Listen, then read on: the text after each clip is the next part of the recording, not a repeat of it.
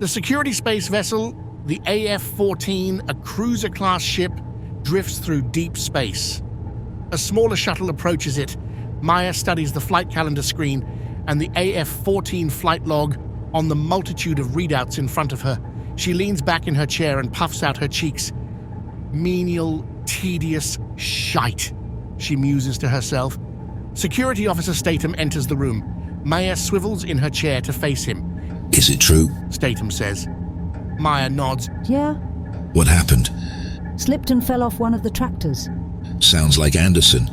I'll tell her you said that. Statham laughs. She in the auto-dock room? Yeah, I think Dyer's with her. Figures. Statham turns to leave, then checks his exit, turning back to Maya. Who's due to dock? Law enforcement, routine check apparently. That's all we fucking need. Any particular reason? Maya shakes her head. Routine. How long? All the way to the Van Cleef. Statham rolls his eyes. Terrific. He says with a hint of irony. Yep, ain't it just? The law enforcement shuttle edges close to the docking bay of the AF-14 cruiser. It locks into place, and the airlock door opens. At the AF-14 airlock door, Hopkins awaits. Officer Schoonderbeck is revealed behind the sliding door. He nods acknowledgement to Hopkins, who returns the greeting. If you'd like to follow me, sir. Schoonderbeck follows Hopkins down one of the AF-14's corridors. The law enforcement shuttle door closes. The airlock depressurizes and the law shuttle disembarks, drifting back from where it came. Anderson is lying on a bed in the autodock room of the AF-14. She has her head back on the pillow and her eyes closed. She opens her eyes when she hears voices coming down the corridor.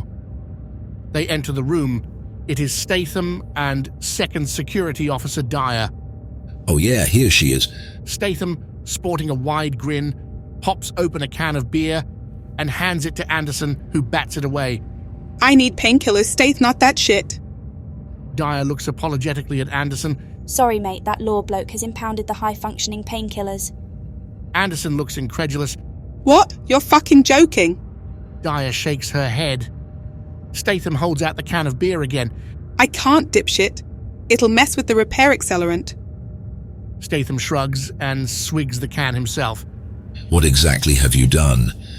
I was checking one of the surface tractors, and I slipped on some grease. Oh dear. Statham tries not to laugh. Dyer gives him a look. You're all heart, aren't you? What? I'm showing my concern and offering some TLC. Taking the fucking piss, you mean? Anderson interjects. No, me. Anyway. He continues reaching out to give her broken limb a wiggle. You're just trying to pull a sickie, so you lay down and let us hard-working crew members do all the work. Dyer shakes her head in disbelief, letting out a little snort of derision. Anderson stares at him. When the fuck have you ever done any bloody work? I'll have you know I've been working like a demon this last few days. Anderson looks to Dyer. Has he? Dyer laughs. I haven't seen him do shit. Statham gives Dyer a look. That's rich coming from you. Dyer blows him a mock, sarcastic kiss. The sound of more voices drifting down the corridor catch the attention of the trio. That's not that fucking law bloke now, is it? Anderson says, moving uncomfortably on the autodock bed. No, sounds like Towers. Says Dyer. Statham smiles. Oh yes, something to hide, have we, Anderson? Piss off, Stath. Any law enforcement makes me uncomfortable. I know what you mean. Towers, followed by Hopkins, enter the autodock room. What have you done now? Towers says, grinning. Anderson rolls her eyes. You lot have just come in here to fucking gloat, haven't you? No, not at all, Anderson. We're worried about you. Hopkins says as Towers pops open a can of beer and hands it to Anderson. She rolls her eyes again. I can't drink that because it will affect the repair accelerant. Okay. Towers necks the drink himself. Repair accelerant? What you done? Hopkins asks. Anderson, who is now more than a little pissed off, holds up her middle finger. I've hurt my finger. Towers laughs. Oh yeah? Overused Anders? Anderson gives a sarcastic smile in response. You'd know all about that, of course. Are you okay, though? We did genuinely come down to see how you were. Honest. Hopkins asks. Anderson leans back on the bed. Just the pain at the moment. I could do with some Zeds. Like Dyer said, Says Statham. law officer impounded them all. Yeah. Interjects Towers. We're gonna have to be careful. He's against betting and gambling of any kind, and any illicit substances. Hopkins nods. Any activities not considered good for mental and physical health. Typical of the puritanical uni government. Statham lets out a snort of derision. They're so full of shit though, half of them are involved in all sorts of deviance on the side. Yeah, but it's do as I say, not as I do. Anderson sits up on the bed again and nudges Statham. Is that what this bloke's like then? Statham shrugs. Too early to say, be honest, I think he's been out here too long. He looks a little cooked. Anderson leans back on the bed. Statham and the others share looks. Anyway, Anders, we'd better get back to work. Towers says, finishing his beer. Better not let Schoonderbeck see you do that. Is that his name? Inquires Anderson. Statham nods, and with pats on the back, congenial interchanges and idle chit-chat, the guys leave the autodoc room. Statham turns to Dyer at the door. Don't be long. Dyer shakes her head. Now coming. Statham leaves. Dyer holds Anderson's hand. Don't worry, the accelerant will kick in soon and you'll be back on your feet in a couple of days. Anderson nods and forces a smile and leans deep into the pillow. Couldn't half do with some Zeds. I was thinking about that and what Stath said. Do you think he's destroyed them when he confiscated them or secretly kept them? Anderson shrugs. Has this Schoonderbeck bloke been allocated quarters? Yeah, B-deck. Anderson sits up, grimaces in pain before smiling as she grips Dyer's hand. Would he notice if anyone checked his room while he was busy? Dyer looks into Anderson's eyes and shrugs. Not if I'm careful. They share knowing looks and affection that people that are more than just friends or work colleagues would engage in. I'd better go. See you in a while. Dyer smiles reassuringly to Anderson and leaves. Statham is working out in the gym area of the AF-14 pumping iron and admiring his muscle tone at the same time. Dyer sidles in and sits opposite him on a workout bench. What's wrong with you? Statham says, knowing full well Dyer wants something. Dyer shrugs. No, nothing. Statham stops working and smiles at her. Don't give me that bollocks, you want something. Dyer shakes her head. No, I don't. Statham wipes his brow with a towel. Okay, but you're not a very good liar. On my life, Stath, I don't want nothing. Statham eyes her suspiciously, breaking out into another smile. Really? Honestly, cross my heart, I want nothing. Statham gets up and goes over to the virtual reality unit, switches it on, and is just about to put it on when Dyer stops him.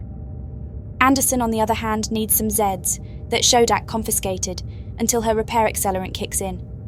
Statham grins and nods knowingly. He places the virtual reality headset back on its cradle. I knew you were after something. I'm not. Anderson is. So how do you suggest we get them? Firstly, not knowing what he's done with them, and secondly, how we get them off him. Dyer shrugs. That's why I came to you, Stathy baby. 'Cause I'm the man. No, 'cause you're a right devious fucker. He looks incredulous for a moment and then shrugs. That's the problem with you, Dyer. You know me too fucking well. Statham, Hopkins and Towers are sat around the table looking at each other. Towers looks at Statham. This better be fucking worth it. Taking one for the team, Towers. You know you do someone a favor, they do you a favor. You know team bonding. Team bonding? Questions Hopkins. Yeah, Hoppy, team bonding. I'll give you team fucking bonding. What's in it for you? Why has there got to be something in it for me? We're just doing a mate a favor. Towers and Hopkins both nod in agreement. Okay, Says Towers. I'll buy that, but just for the time being. You're far too much of a devious fucker to be trusted. Statham looks incredulous. And that's just what Dyer said. How did I get such a reputation? Years of bloody practice. Quips Hopkins. Yeah, you forget we know ya. Statham holds up his hands. Okay, boys, shall we just get on with the bloody game in hand? With that, Statham produced a deck of cards and some gambling markers. He cuts the deck, shuffles and deals the cards. Dyer is stalking along one of the corridors on Deck B of the AF-14 and reaches a door. She hesitates for a second before pressing the quarters access button. Maya opens the door. What's wrong, Dyer? I'm a little worried. What about Anderson? She'll be all right in a couple of days. No, it's not about Anderson, Skip. It's the boys. Maya sighs, rolling her eyes. What now? I think they're running an illicit game, which I know you told them not to do with Schoonderbeck on board. Maya thinks for a minute. Well, I'm going to have to tell him, because if he finds out of his own accord, then we'll all be in the shit and I could lose my license. That's what I thought. Dyer says, but she's really thinking, yeah, that's right, you look after number one, selfish old bitch. But then that is exactly what Statham had told her she would do. If I tell him, he'll most likely go easy on the guys. That's what I was hoping. Says Dyer, secretly thinking, yeah, what the fuck do you care, as long as you're okay. Maya and Schoonderbeck purposefully but quietly make their way down the corridor of one of the lower decks to a utility room where the sounds of laughter and frivolity emanate, and the deep timbre of Statham's voice mingles with the coarse humour of Towers. Maya stops at the door's entrance and waves her hand over a panel on the wall. The door slides open, and Statham, Towers, and Hopkins sit round a table, betting applications in hand, and stare aghast at the new arrivals, especially Schoonderbeck. Oh no, they've been caught bang to rights. Dyer moves silently to a door on B deck, and the quarters of the now busy Schoonderbeck. Using a security code known only to security staff in an emergency capacity, she opens the door and checks the corridor left and right. Happy that she's not been seen except for CCTV that she switched off earlier, she enters the room. Schoonderbeck stands almost triumphantly over the illicit gambling table, studying the betting applications. Very old school, gentlemen. No harm in having a bit of harmless fun. It has long been considered more than harmful to gamble by the world uni-government, as you well know, Towers. How do you know my name? Maya gives Schoonderbeck a sideways glance. Yes, how did he know Towers' name? As far as Maya knew, they'd never met. I know many things. It is my job to know. That was a bit vague, Maya thought, as Statham, Towers, and Hopkins all shared looks of, what the fuck? Dyer scans through lockers, drawers, cases, and pretty much anything she could find for the confiscated painkillers. Maybe Schoonderbeck had destroyed them. She continues to look. She finds a hold-all-sized container, but it is locked. Shit, she mutters. I bet the fuckers are in there. Schoonderbeck hands the gambling applications back to the three men at the table. I will overlook it this time, gentlemen, but be aware gambling or betting is considered illegal, as are any practices that lead to addictive and destructive behavior under uni-government policy. I hope I will not be finding pornographic content on anyone's personal devices. No. Statham says, We all find that sort of material disgusting and immoral. I am glad to hear it. Maya is trying to stifle a smile. Why? Were you hoping to find some? Commander, sir. Towers interjects. Schoonderbeck gives Towers a stern look. I'm not a commander, Towers. I am just an officer, and I do not appreciate silly boys joking around. Okay, sir. Sorry, sir. Still staring at Towers, he nods in acknowledgement. Okay, gentlemen, I suggest that you finish your game and go about your duties. They all nod. Thank you very much for your guidance, sir. Statham says, trying not to sound ironic. Schoonderbeck gives Statham a look, then leaves. Maya gives Statham a look as if to say, what the fuck are you doing? And Statham holds his hands up with a shrug, as if to reply, what have I done? Maya leaves, and the lads around the table smile knowingly at each other. What a prick, Comments Towers. Dyer is more than a little frustrated looking through the contents of Schoonderbeck's personal gear when she notices an electronic device still on and open at a page of supposedly official material. She quickly takes a scan down the passageway to check No one is around, and then reads the open page. It is about space terrorism and the many organizations operating in that field. It also links some to governmental influence, including one or two very high up.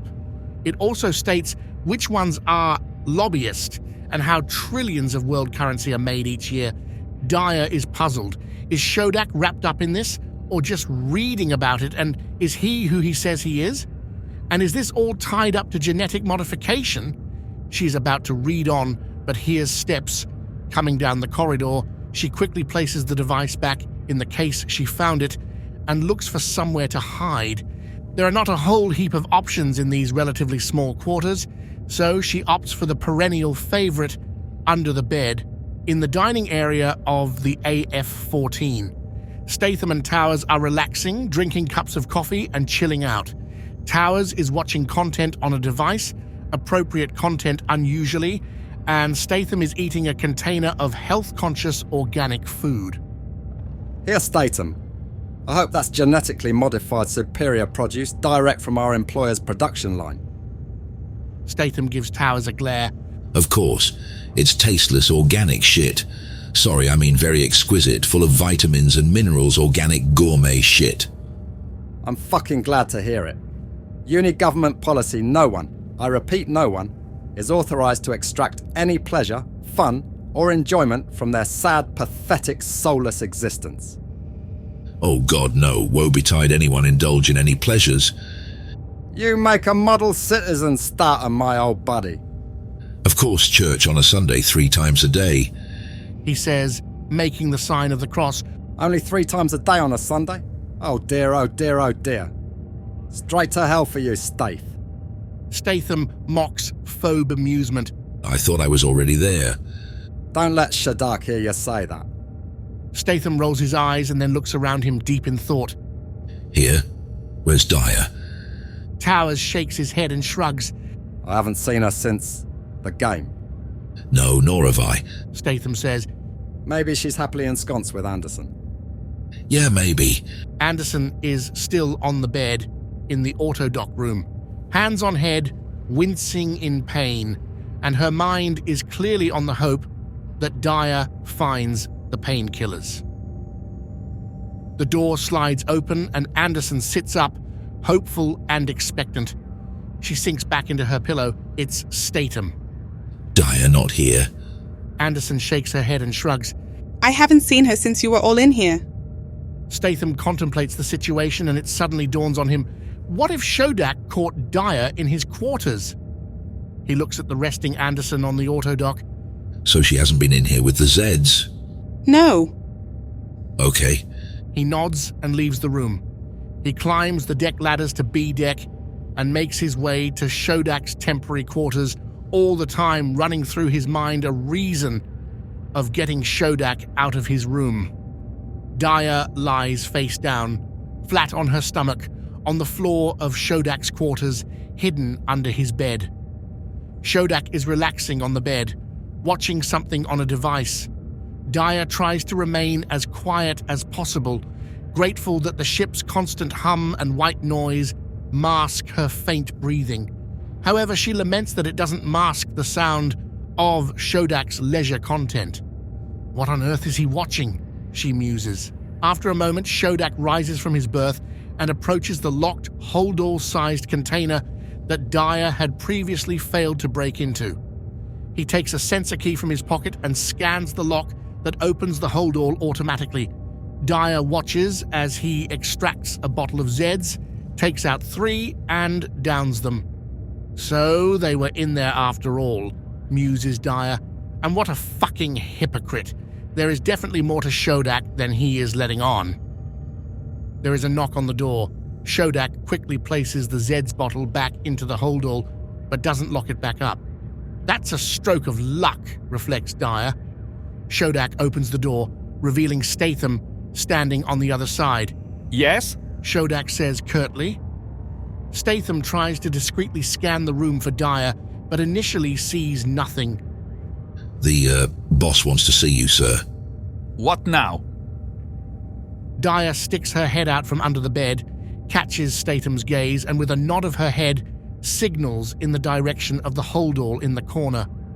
Statham tries to hide the fact he has seen Dyer and looks in the direction of her signal, but Shodak notices and immediately turns around to the bed to see what Statham was looking at.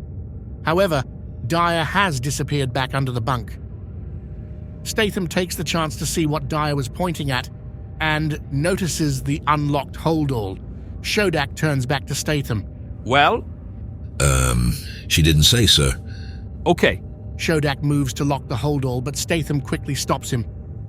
It's a matter of utmost urgency, sir. Shodak pauses, considering Statham's urgency. Oh, okay.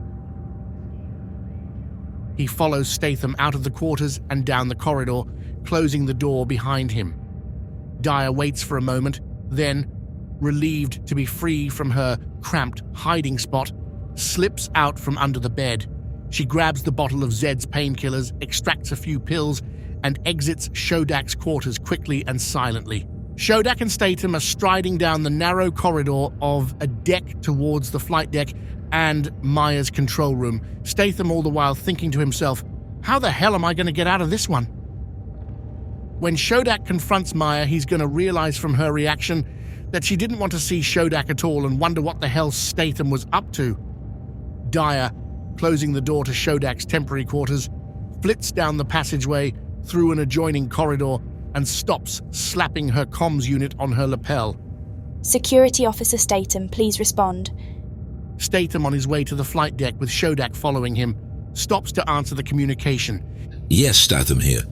Dyer's voice drifts from the comms unit on Statham's lapel. It is audible to Shodak. It's all okay now, Styth. Maya has solved her problem and doesn't need to see Commander Shodak now. Okay, I'll pass the message on. Statham clicks off his lapel comms unit and turns to Shodak. Seems the emergency is over, sir. Shodak nods. He is suspicious. I am an officer, not a commander. Statham nods in acknowledgement. Okay, sir, I'll tell the crew. Shodak nods and turns to return back to his quarters. Statham smiles wryly, relieved. Prick. He mutters under his breath. Dark, deep emptiness envelops the security space vessel AF-14 as it drifts slowly towards its destination, Space Station Van Cleef. A privately owned station owned by the Van Cleef Corporation. The portable scanner sparks into action as the law enforcement representative Shodak checks the containers fastened shut. AF-14 security officers Statham and Dyer look on with sheer naked apathy, both trying to hide their dislike of space law enforcement officialdom. What you looking for? Statham inquires. Shodak ignores him. Statham and Dyer share looks. Dyer rolls her eyes. The agent starts to scan another container. The scanner bleeps loudly. The agent looks to Statham. Open this, please. Statham takes out an electronic key fob, holds it over the container, and the container lid slides open. Shodak looks inside and then looks at Statham and then Dyer. Dyer responds, Genetically modified food. The officer stares at Dyer blankly and then signals the other containers. They all the same. Dyer nods yes. The Van Cleef Corporation's business is genetic modification. Just food? Dyer looks puzzled and shrugs. We're security officers, buddy. How the fuck would we know? Says Statham. Shodak stares at Statham blankly and clicks his scanner off and leaves the container room. Dyer shares a quizzical look with Statham. Is he for real? He's probably been out here too long. I know the feeling. A private vessel, the Titan, hurtles through space. Inside, 2 coffin-style containers sit side by side in a small storage block. Collins, an ex-soldier officer class, in his 50s, checks that the containers are secure. Another man enters the room, younger, fitter, and meaner, and grunt class. His name is Rowe. 12 hours. Collins nods, acknowledges Rowe. Rowe and Collins leave the container room. Collins stops Rowe. You fully clued in? Rowe nods. Yeah. What about the others? Yeah, everybody knows the score. Trust them. Oh yeah, they're all fully 200% on board. Collins studies Roe and slowly nods an okay. Hope so. How long have we got to spend there? As long as it takes. Why you got doubts? No, I'm prepared for every eventuality. Collins grins. Really? I guess we'll find out. Roe smiles back. But then the excitement of not knowing what's around the corner is the reason we all signed up, isn't it? Roe shakes his head with a big smile. God, no. I signed up for the money, sex, and violence. Collins smiles wryly. AF-14. Control room office and a row of screens. A chair swivels round, and Maya, 35, slim, well-groomed and popular amongst her peers, not conversant with her bad habits, stares at the monitors. She hums a tuneless ditty under her breath as she waves her hand over one of the screens to change the view. Hopkins, She says to the console in a non-emotive tone. The console lights up and beeps. A voice echoes from the console. All right, boss, what's up? is that law enforcement man still checking the shipment? No, I am here. Is it possible for me to have a word? Depends on the word. I could think of some choice ones, but there is a possible issue we need to discuss. Okay, where and when? Well, are you thirsty? If so, we could kill 2 birds with 1 stone and say now, as it is a pressing issue, and in the restroom, because I could do with a beverage. There is a moment of silence. Pressing issue? Hopkins interjects. I'll explain in a while, Hopkins. Okay, I'm on my way. The lawman replies.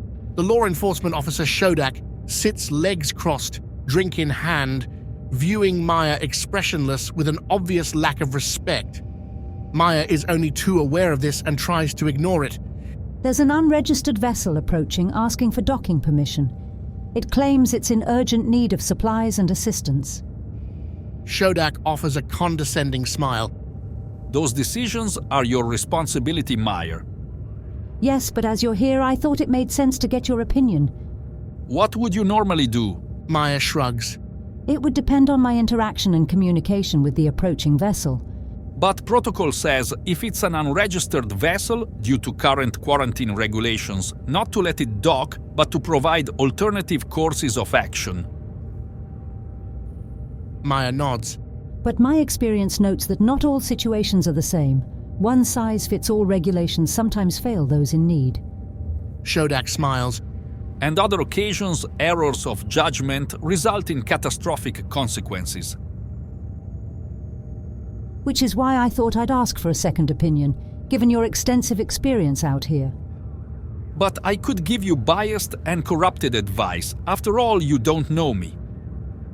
True, but I wouldn't have to take your advice if I suspected that, but until I got your advice and reasoning, how would I know? After all, like you said, this ship is my responsibility, so therefore, I make the final decision. Schoonderbeck is deep in thought for a moment. He nods. Okay, let's see how it plays out. Schoonderbeck stands in front of the comms unit in Maya's office. He listens intently to the full communication. How did you respond? Maya waves her hand over the readout. I told them checks would need to be done before permission to dock was allowed. And? Well, he wasn't overly happy, which doesn't mean he isn't genuine. I mean, he may be genuine, but is just annoyed by protocol because they may be suffering from PTSD and serious shortages. Schoonderbeck smiles. Or he may be trying to use bully boy tactics and emotional blackmail. Maya nods. Schoonderbeck thinks. Does he know you are a security transporter and your mission detail? Not as far as I know. Schoonderbeck laughs. You seem to be enjoying this. Things can get quite boring out here. That's why you shouldn't trust my judgment. Time out here can warp your sense of perspective. Join the club. Descent into insanity can be slow and gradual. Schoonderbeck looks at her blankly for a moment, then breaks into a huge grin. Are you risk-averse, Meyer, or completely reckless? I'm not quite insane yet. What does your sixth sense, your instinct tell you, Meyer? Deny docking access. What about you? Schoonderbeck shrugs. I don't trust anyone either, but regulations are conflicting. On one hand, we are bound by our contracts to give all assistance necessary and available to vessels in distress, but on the other hand, deny docking permission to unregistered unknowns. Fuck 'em then. Maya says without emotion. Schoonderbeck stares at Maya, shrugs. Common sense would tell you that, without question. Maya suddenly looks at Schoonderbeck. Unless they're willing to pay. Maya and Schoonderbeck are traversing the ship's corridor and come to an opening into the security personnel restroom. Statham, seated with his feet up, Dyer and ship's engineer Towers, both standing, are sharing a relaxant inhaler between them. Statham sees Maya at the door and immediately puts his feet down, and Towers quickly tries to hide the inhaler. Maya and Schoonderbeck both glare at Towers. Anything to declare, Towers? Maya continues her stern glare. Towers feigns ignorance. Maya holds out her hand. After a moment, Towers hands her the inhaler. Schoonderbeck, still with a stern, official look, glares at Towers, who looks at the floor, then at Maya, who flares her eyebrows like a chastising schoolteacher, and then at the inhaler. May I see? Maya hands Schoonderbeck the inhaler. He studies it closely and places it in his pocket. Statham, Dyer, and Towers share looks. And there was me thinking you were a stickler for protocol and regulations, sir. Comments Statham. Good, I'm glad you know exactly where you stand then. He glares at Statham, who smiles sarcastically back. Anyway, there are more pressing matters at hand. Maya cuts in. We've an unregistered vessel docking in. She looks at her wrist comms unit. ETA 23 minutes. Unregistered. Dyer looks at Maya and Schoonderbeck quizzically. Yes, I've given docking permission due to special extenuating circumstances. Statham smiles. How much? Maya glares at Statham, trying not to smile back. I'm not sure what you're driving at, Statham. He laughs, and Dyer and Towers both let out snorts of derision. Oh, come on, Gov. It's only fair as fellow working colleagues sharing in the risks of an unregistered vessel docking. We should get a share of the extenuating circumstances. Maya looks at Schoonderbeck, who breaks into a smile. Maya turns back to Statham. 5%. 10. 5. 7. 4. Towers jumps in. Here, hang on, you said 5. Maya nods. Okay, then agreed 5% it is then. Maya and Schoonderbeck leave. Statham is indignant. Here, hang on, I didn't agree to that. He glares at Towers. Cheers. He says sarcastically. Towers shrugs. What did I do? Schoonderbeck finds a quiet corner, takes the inhaler out of his pocket and takes a toke. He breathes in deeply, feeling the sensation as the chemicals cool his lungs, and after a moment to savor, he nods approvingly. He places the inhaler back in his pocket, looks to check no one is watching him, and moves off down the corridor to his quarters. Hujo pilots the Titan. He is immaculate in his appearance to the last detail. A nice big grin lights up across his face. I can't believe you offered him money. The flight deck is small but not cluttered and big enough for Collins, a navigator named Phillips, and another grunt type, bull of a man named Gay. Collins lets a brief smile play over his lips. Everyone's got a bit of the whore in them, Hujo. You of all people should know that. Remember, I want it all done quick and easy with no fuss. Worst case scenario. Gway says from the back of the flight deck. Collins turns and gives Gway a cold, hard look. There's no reason to think it'll come to that. Every eventuality. Hujo and Phillips also turn to look at Gway. Well, that would be a complete and utter fuck-up, big man. It'll not come to that. Hey, says Phillips. He's right. Collins gives Phillips a look of condescension. Oh, don't worry, sweetie. Daddy will draw you a ickle picture. Collins gives both Gway and Phillips a cold, hard stare. What do you normally do when everything goes SHTF? Gway and Phillips share a look and nod. But it ain't gonna go down, 'cause you boys are gonna play nice and be totally professional. Hujo grins again. We're coming into dock. When are you gonna transfer the money? Phillips inquires. Don't be silly, and besides, remember to tell them exactly what they want to hear, and no more. The Titan gradually initiates docking procedure. The airlock becomes pressurized. The internal door of the AF-14 opens and Collins, sporting a conducive smile, followed by Rowe, enter the corridor of the AF-14 to be met by law enforcement officer Schoonderbeck and Statham armed with a stun baton. I'm Flight Officer Collins, and this, he indicates Rowe, is our security technician, Dimitri Rowe. Schoonderbeck nods acknowledgement and produces his scanner from his trousers side pocket and scans the new arrivals. Collins and Rowe exchange looks. No need for that. We're not here to cause trouble. Schoonderbeck says nothing, just produces an electronic tag showing his name and rank of law enforcement. Collins' smile slips and Rowe gives a little nod of realization of the coldness of the reception. You do realize the regulations for unregistered vessels in this vicinity, Mr. Collins? We've had electronic and equipment failures, sir. We just need a few repairs and some supplies and we'll be back on track. Schoonderbeck places his scanner back in his pocket and clips his pocket back up. These things happen, especially out here. What supplies do you need and what kind of repairs are you needing? Statham says. Have you a technician on board? Our engineer Harris does our repairs, but she's having difficulties fixing our malfunctioning equipment. Yeah, we got a couple of techs. Do you want me to send them on board? Yeah, that'd be really good, thank you. Rowe here will show them where to go. Statham nods. I'll locate them and send them up.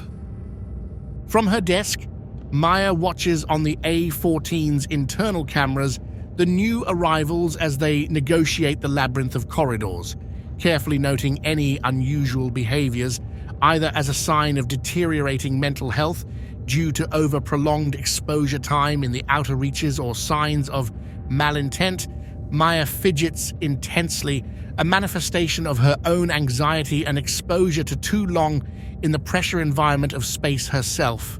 Inside the unregistered Titan, deep in the hull, in the engineering room, a huge section of electrodes and functional apparatus is wide open, and the back of a woman is entrenched within, only her legs and backside showing. Hujo stands behind her, watching and waiting. Come on, Harris, hurry up. Up yours, Hujo. Echoes from within, muffled by the mechanics. Roberts, ex-military, enters the engineering room holding a couple of hot drinks. She hands one to Hujo. Any luck? Hujo smiles and shrugs. Up yours, Hujo? Harris snorts, echoing again from within the apparatus. I ain't said nothing. No, but I know you. You'll have some derision etched on your face, taking the piss as usual. What, me? Roberts laughs. That's an understatement, Harris. You should have seen the look on his face. I bet. Harris's retort echoes. Bollocks to the pair of you. The AF-14 is sending a tech to help you anyway, Harris, says Roberts. Harris quickly extricates herself from the electronics and sits up. Why? Roberts shrugs. The boss said. Oh, so I'm unable to do the job I'm paid for then? Don't shoot the messenger. What level tech is he? Roberts shrugs and gives a look of bemusement. Harris looks at Hujo for an answer to her question. Hujo gives an equally bemused look. Don't look at me, I don't fucking know. Does Collins not trust the quality of my work then? Have you fixed it? No, but it doesn't mean I can't. Robert smiles. No one says you can't, Harris. Maybe the boss didn't feel the need to turn down extra help to help negate suspicion. You think I'm paranoid, don't you? Yes. Quips Hujo. No, Harris, you just feel everybody's got it in for you. They have. For a moment, Harris looks serious before she breaks into a smile and disappears into the bows of the power unit. The doors to the inner airlock slide open, and AF-14 engine tech towers stands holding a small titanium case by the handle. Gray steps forward and signals the case. You the tech? Yes. What's in the case? Stuff. Gray smiles. No food. Towers shakes his head. No illegal artificial stimulants? No. Towers is stony-faced. No sense of humor? Towers continues to look at Gwei sternly. I'm led to believe you need a tech. Gwei shrugs. Do I? At that moment, Roberts appears at the door. Are you Towers? Yes. Towers replies, still looking at Gwei. Roberts indicates. This way, please, sir. Towers follows Roberts' lead, still staring at Gwei. Gwei gives Towers a sarcastic grin. Why are you out here? Maya asks, as Collins sits at the edge of a circular dining unit in the middle of a succinct dining area of the AF-14. Collins mulls over a hot drink. We're headed for the space station, Van Cleef. Maya collated his answer. Shodak, sitting adjacent, leans in. Genetics? Collins nods. Yeah. What are you transporting? Genetics? No, antiviral. Why are you unregistered? Urgent transfer due to an outbreak at the station. Maya sits up. That's the first I've heard of it, and why you? It's not been broadcast, and we're the first private contractor available. What sort of antiviral? Shodak asks. Collins shrugs.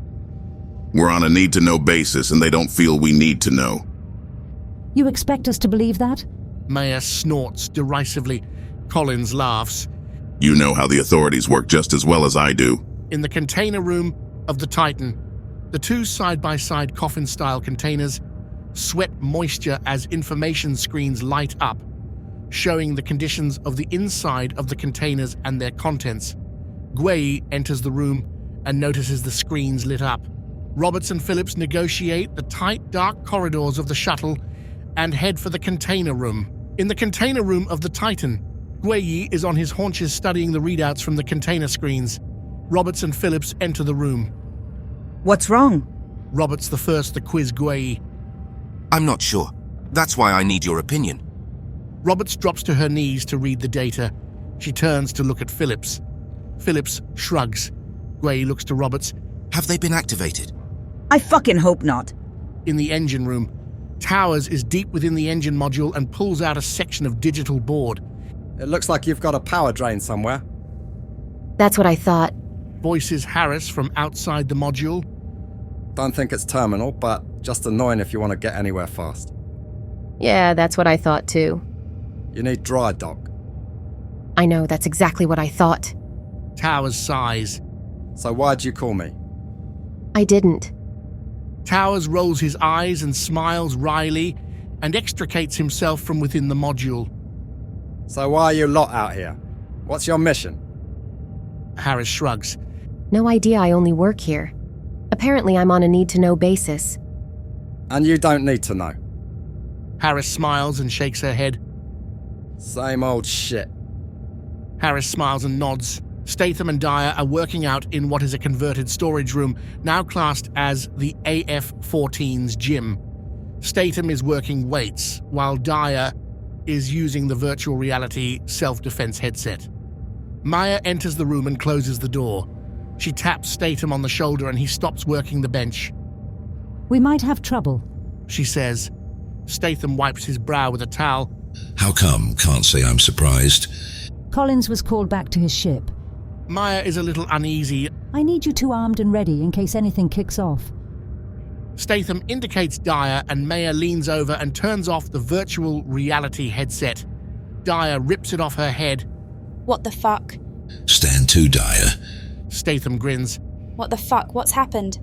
Nothing yet, says Maya. Collins, incredulous, looks at the display panels and the sweating containers. What the hell is in them, sir? Gwei is worried. Collins looks at Gwei and then at Roberts. Fuck knows. You are joking? Roberts interjects. Money is money, and I'm on the same need-to-know basis as you. We needed the money, and they paid more for the secrecy. That's why I told you lot to keep your gobs shut. But what the fuck is in them? I told you I don't fucking know. Gwei shares a look with Roberts. Can't we, dump them out the hatch? We ain't been paid yet. You are joking. Roberts interjects again. Do I look like I'm fucking joking? What we gonna do? Says Gwei. Collins shrugs.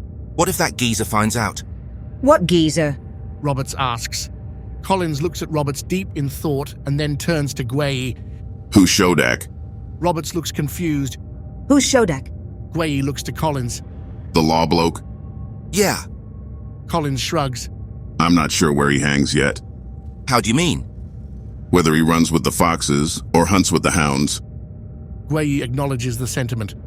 Roberts looks a little confused. What are we gonna do, and why have we not had any money yet? Collins looks to Roberts and shrugs.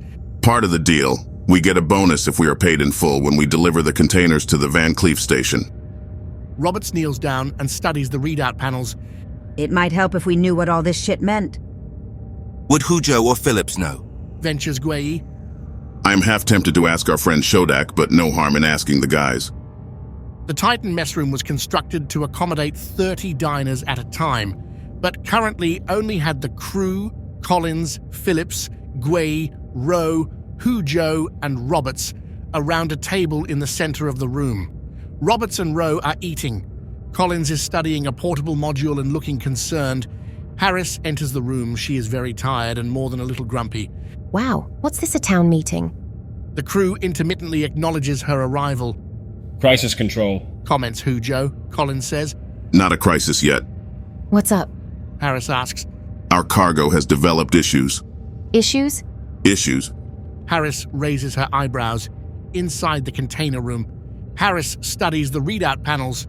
I used to deal with these type of containers and readout panels in my first job with another crew. Whatever is in these containers has been activated and potentially dangerous. Activated? What do you mean activated? Harris, using the touchscreen on the readout panels, scans through reams of information on the panels. They're kind of a cryotube freezer, and they're on a timer to activate automatically. Timer? Collins is becoming concerned. Why on a timer? To activate automatically and not be activated by an independent AI or manually. Roberts is confused as ever. What the fuck you talking about, Harris? Gwei and Rowe exchange looks of disbelief. How long was ETA from disembark to the Van Cleef station? 12 days, says Collins. Well, these containers were timed to activate after 8. Jesus. And? Robert's still confused. These containers were timed to activate while we were in transit, and while we were on skeleton crew with the rest of us in the freezers. Fuck. Rowe looks confused.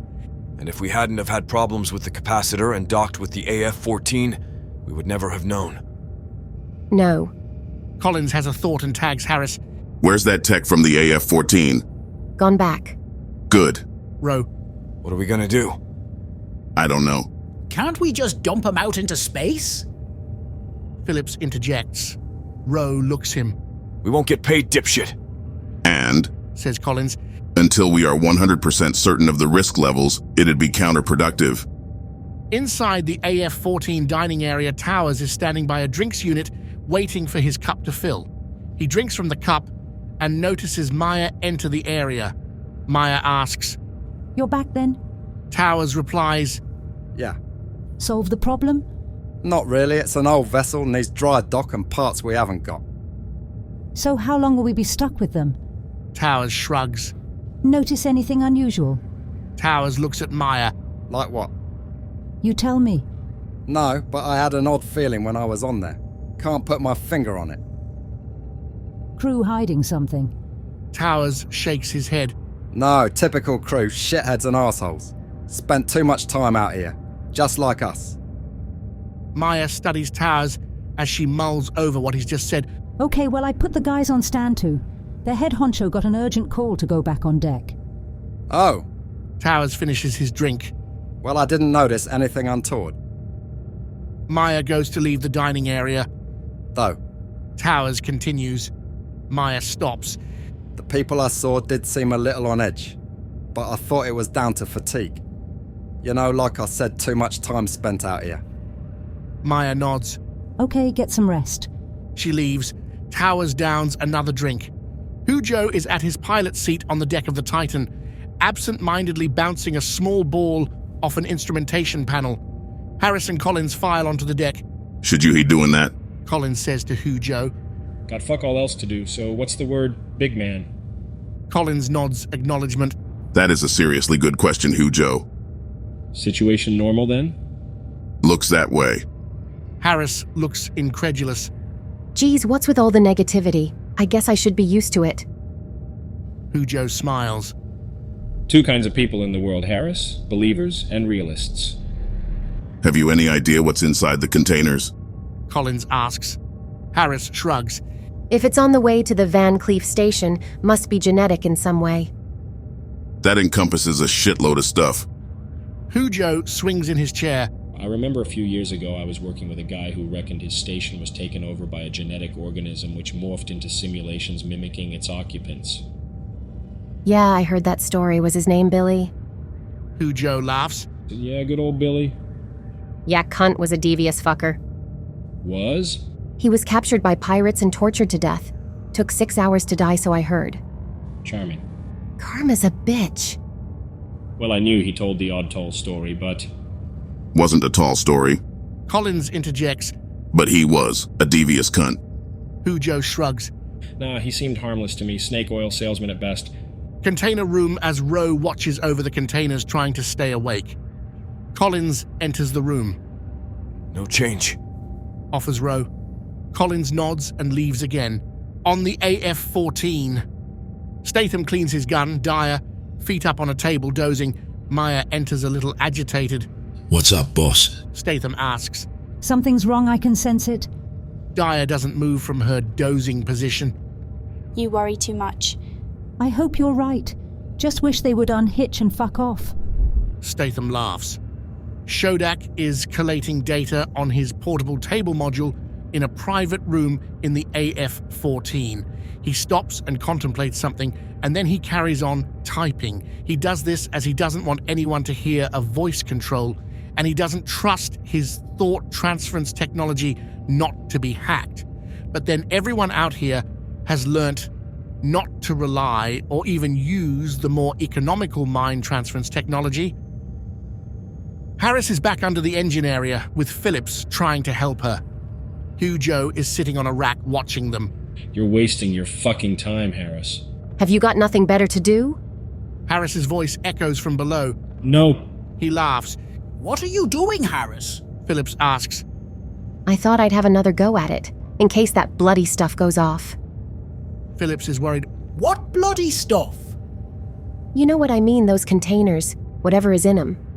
What is in them? Hujo is not quite so jokey. Dunno? Oh, that's comforting. At the airlock between the AF-14 and the Titan, Hopkins stands on one side and Gwei on the other. Do you know what's happening? Hopkins ventures. Gwei shakes his head and shrugs. No one tells me shit. Roe is now fast asleep inside the container room. Purple goo emanates from Container 1 and slides down the container side, bubbling and hissing. A hazy smoke drifts from the goo across the room towards the sleeping Roe. He is breathing heavily, but he doesn't wake. Schoonderbeck studies his work screen and lays back in his chair. He suddenly sits bolt up. He senses something. Something is deeply wrong. He gets up and moves through the narrow, dimly lit corridors of the AF-14 and stops at a door and knocks. Maya answers the door. What? It started. What started? He pauses. I don't know. Maya nods her head slowly, trying to understand what the fuck Schoonderbeck is on about. Do you have some sort of addiction problem by any chance? Yes, but that's not important right now. Why do you ask? Maya shakes her head and shrugs. Can't you sense it? Maya again shakes her head and shrugs. Sense what? Molecular changes in air density? No, I don't. Maya studies Schoonderbeck with an air of suspicion. Are you a robot? Schoonderbeck shakes his head. No, I have a module inserted in my brain. Really? Maya says with more than a little skepticism. Schoonderbeck nods. Yes, strange as it may sound. What does it do, this module? Many things. Really? Are you sure you've not just been overdoing the hallucinatory drugs? No, but my brain module does sense molecular changes in air density. Maya slowly nods her head, still skeptical. Do you mind if I ask you something? What the fuck are you banging on about? Something that wasn't there before is now there in either the AF-14 or the Titan, and it's big. I mean huge. Something? Yes, like a foreign entity. Maya's eyes glare with the confused, worrying anxiety. Truth known, she had been sensing something unusual but couldn't explain why. Shit. Hujo is feet up on the console on the deck of the Titan, bored and pissed off. It's his shift to keep an eye on things, and he hates every minute of the pure boredom. Time to take a turn round the quiet, sleeping ship, he muses to himself. He slowly lifts out of the chair and exits the Titan's control deck to meander through corridors and rooms to check all is safe and quiet. Off down, deep in the bowels of the ship, he hears the clank of thick metal tubing crash to the floor. He stops and ponders for a moment. Must be Harris messing about with the engine again. Hujo continues his check. He comes into the container room and notices Ro fast asleep. He lets out a low chuckle and goes to leave, when his eyes fall upon the purple goo that had been oozing down the side of one of a now empty containers. Hujo stands motionless for a moment, contemplating the empty container. He tries to nudge Ro awake, then shakes him, this time waking him. Ro takes a moment to gauge his surroundings, then notices Hujo pointing to the empty container. How long's it been empty? Shit! Hujo races down the narrow, complex corridors of the Titan. Ro stays in the container room. Hujo reaches the cabin door and knocks. The door is opened by a sleepy Collins. Away off deep in the bowels of the Titan, a blood-curdling scream echoes. Shodak sits at Maya's control desk and inserts a power module of software. What's that? Maya looks torn between anxiety of not being in control and the hope that this guy knows what he is doing. Scanning software for using the ship's onboard system to scan the Titan's interior. Scanning for what? Anything unusual, anything of a potential dangerous hazard. Like what? Don't know, I guess we'll find out. Shodak and Maya watch carefully as the loaded software begins to give a 3D representation of the interior of the Titan. Molecular changes in air density?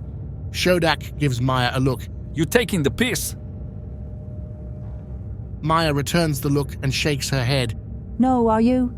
Shodak returns to the scanning screen as it slowly reveals every corridor, room, and cubbyhole of the inside of the Titan. It begins to recreate each room with each occupant.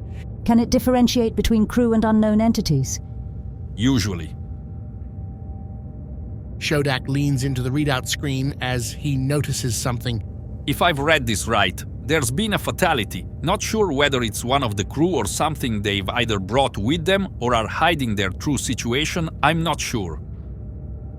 Seriously? Shodak nods. Yeah, maybe a communicable infection and are keeping it quiet. Could be the real reason for their desperation to dock. Harris has her back to the wall of the engine room. In her hand is a laser welder, the tip glowing red. She can hear something moving around, slithering, heavy, breathing sounds. Whatever it is seems to be getting closer. She heard the screams. It sounded like Phillips. And now she is holding her breath as the slithering gets closer, stops. The heavy breathing stops. Harris holds the welder ready. Then the eerie slithering sounds move away. Harris lets out a silent sigh of relief. Then she hears movement again. She again holds her breath and readies the welder. Collins and Rowe, both with weapons at the ready, enter the engine room and notice purple goo on the floor. Collins silently points it out to Rowe, who goes back and checks the corridor leading to the room. Collins senses something just behind a panel in the room and snaps his weapon from standby to ready. He quickly rounds the panel and is instantly accosted by a handheld mini laser welder, which Collins parries with his weapon, which sparks, causing a shock to run through Collins, knocking him to the ground. Rowe races into the room as Collins sits dazed with Harris sitting over him. Oh shit, sorry boss. Maya and Shodak stride purposefully along the narrow, shady corridors of the AF-14. Statham and Dyer are already at the airlock doors arguing with Guei about what the hell is going on inside the Titan. Maya calms Statham down. Shodak questions Guei. Sir, I don't know shit. All I do know is my boss told me not to let anyone unauthorized on board. Shodak stares. What are you carrying in those containers? Guei shrugs. Fuck knows. Maya interjects. She's a little stressed. Is it specimens for the Van Cleef? Gwei shrugs again. I don't know. Look, man, no one tells me shit as I was explaining to your man. He points at Hopkins. Before. I'm just contracted muscle on a need-to-know basis. Shodak nods. He actually believes him. So I'll accept that, but I have reason to believe you have had a fatality on your ship. Gwei is shocked. Jesus, how? Maya. He can sense molecular changes in air density. Shodak gives Maya a humorless, stern look. We don't know, that's what we want to find out. Gwei takes a small earphone from his pocket, puts it in his ear, and punches a button on his sleeve. Gwei to control. Anybody there? Hujo answers. Yeah, what's wrong, bud? I have a group of disgruntled people armed with an array of small arms, asking if we have a problem on board. Hujo curses, signs off for a moment, and then switches back on. Is there a Shodak there? Gwei looks at the crew in front of him, and Shodak nods. Gwei responds. Yeah, why? Let him on board, just him. Okay, will do. On the deck of the Titan, Hujo is loading an assault weapon, while Harris and Roberts are helping Collins regain his composure after being stunned by Harris's welder. Way off in the bowels of the Titan is another blood-curdling scream. Fuck! Harris exclaims, Row! She grabs an assault weapon off the control desk and heads for the exit, but is stopped in her tracks by Shodak, who enters the deck, looking a little worried. What the hell was that? Harris responds, We don't know, but I'm going to find out. Want to come?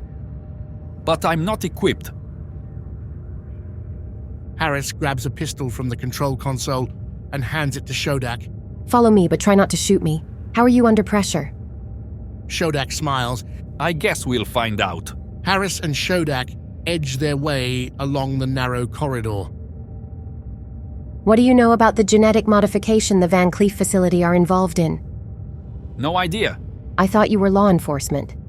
I am. Harris stops at an air conduit. A strange, slithering sound can be heard from deep within. Shodak whispers, Where does that lead to? Indicating the air conduit. Engine room. Whatever is in there obviously likes the heat. Harris edges around the corridor towards an opening into a storage room. She stops, listens. Only the throb of the coolers. She continues slowly edging forward, Shodak in close proximity, both with weapons ready. Harris closes in on the opening, notices purple goo, and crouches to examine it. She turns to Shodak. He shrugs. He's never seen anything like it before. Harris stands and moves to the threshold of the opening. Shodak moves past her to cover the other side of the doorway, both of them using the angle of their point of view to peer into the storage room. Harris looks to Shodak to see if he can hear or see anything. He shakes his head. Nothing. She concurs. Assault weapon at the ready, she snaps on her head torch and eases herself through the aperture and into the dark, oppressive atmosphere of the storage room, which houses all sorts of technology, motorized and other. The torch sways from side to side as Harris scans the room as she gets deeper into the suffocating gloom. Shodak closes behind her. She stops on a spray of arterial spray which is streaked across the wall. No signs of a body, a struggle, or even a hint of a disturbance, just arterial spray. Harris indicates the wall spray to Shodak. Back on the deck of the Titan, Shodak confronts the now recovered Collins. You've got no idea what was in the containers? Collins stares at Shodak. Part of the deal, you know how it goes. More secrecy, more money. We're private contractors. Hujo interjects. Can't always have principles when making a living just comes down to survival. Shodak contemplates the situation. You must have a contact for the money transfer. Third party. Collins says. Anyway. Collins continues. What is a law enforcement officer doing so far out here? Usually space station inhabitants, you lot. Usually, but special circumstances. Harris laughs. Special circumstances? Yes, the illegal transportation of contagious viral weapons of mass destruction. So what do you think was in the container?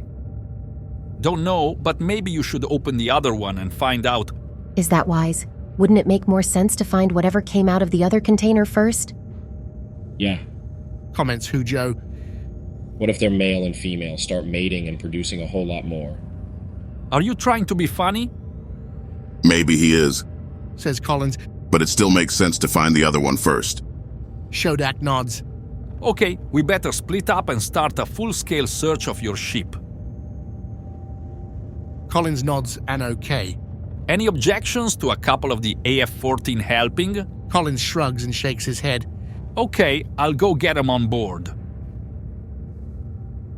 Roberts is in the dining area of the Titan.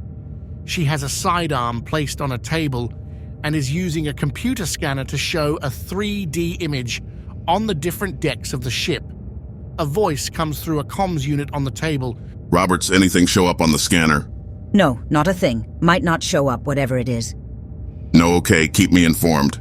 Will do.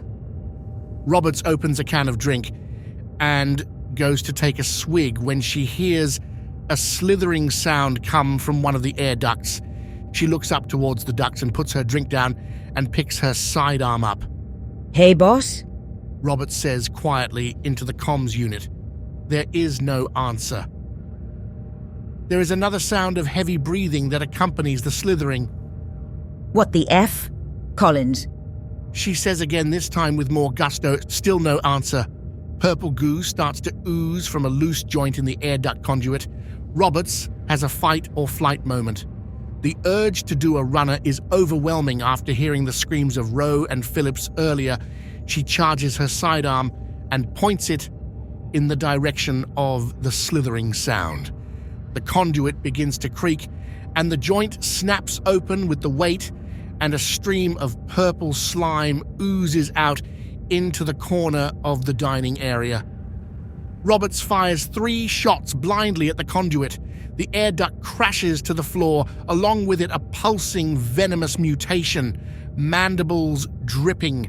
Roberts fires again, but to no avail. The mutation is on her, ripping and tearing at her flesh.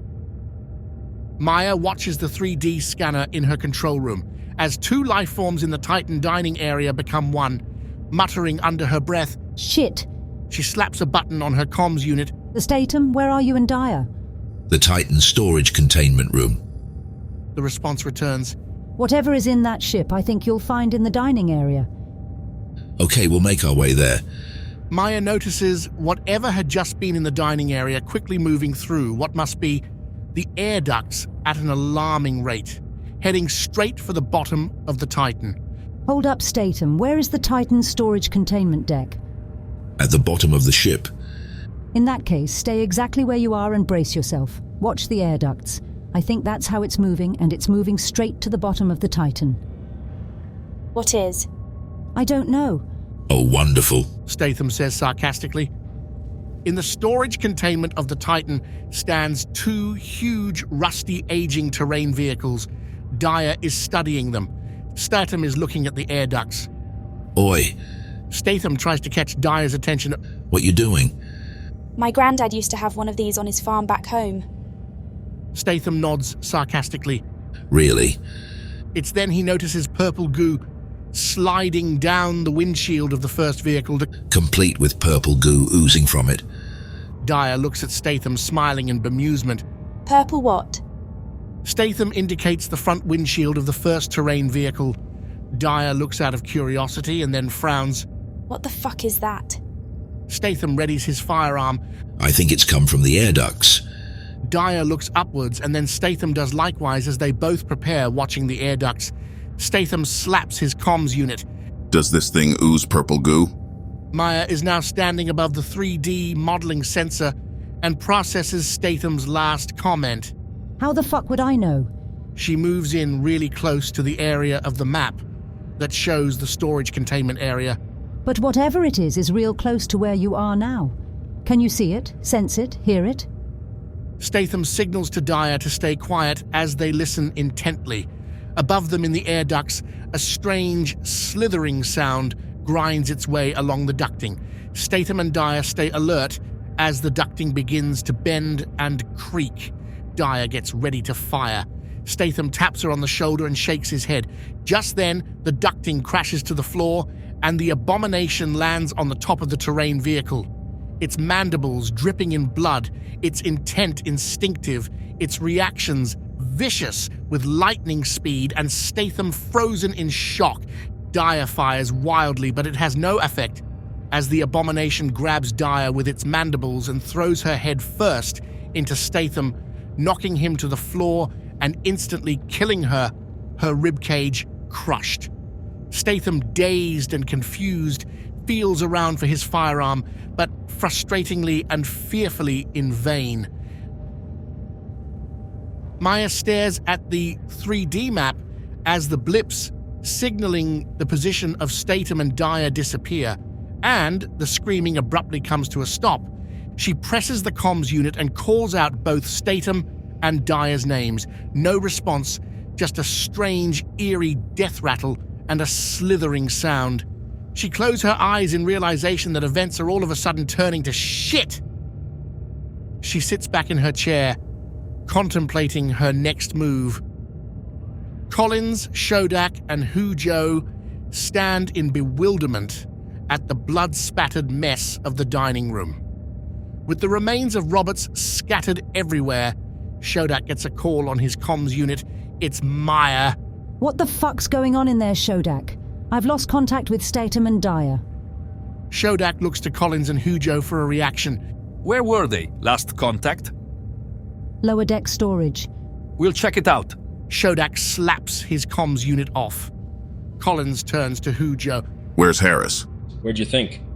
What does law enforcement think, Shodak? Shodak smiles wryly. I'm not sure what law enforcement thinks, but I would abandon the Titan, lock the airlock, and wait for an exterminator. Fuck that. Snorts Hujo. I didn't come out here and spend all this time and not get paid. Yeah. Nods Collins. Any exterminating done on the Titan is done by us. We need to find out what this thing is, and find out why it was needed at the Van Cleef space station, and how to contain it. I think you've been sold a pup, Collins. That could be why they hired pirates. We ain't fucking pirates, Big Shot. We're contractors. Hujo points out. Same thing in my experience. Shodak smiles. Collins and Hujo look less than happy. Shodak shrugs. Can't take a joke, boys. Harris has placed her firearm on a ledge in the engine room. She is in her usual place, deep within the engine cortex, trying to make a repair. She hears a slithering sound and a slight rattle. She stops and holds her breath. She can't quite reach the firearm without having to make a significant move. The slithering gets closer. She unhinges 2 parts of power conduit of differing colors and snaps apart 2 connections. One is glowing orange and one is glowing red. The slithering has stopped, but heavy breathing and rattling is really close to the entrance of the engine cortex. Harris turns her body so she faces the entrance head-on, the power conduit cables one in each hand. The mutation rears into view, mandibles dripping, its stench putrid. Harris connects the 2 cables together and places them on the mutation.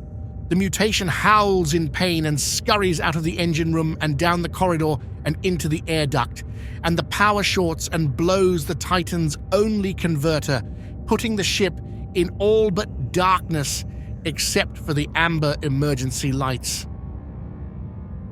Maya stands on the deck of the AF-14. The rest of the crew are in front of her in various levels of apprehension.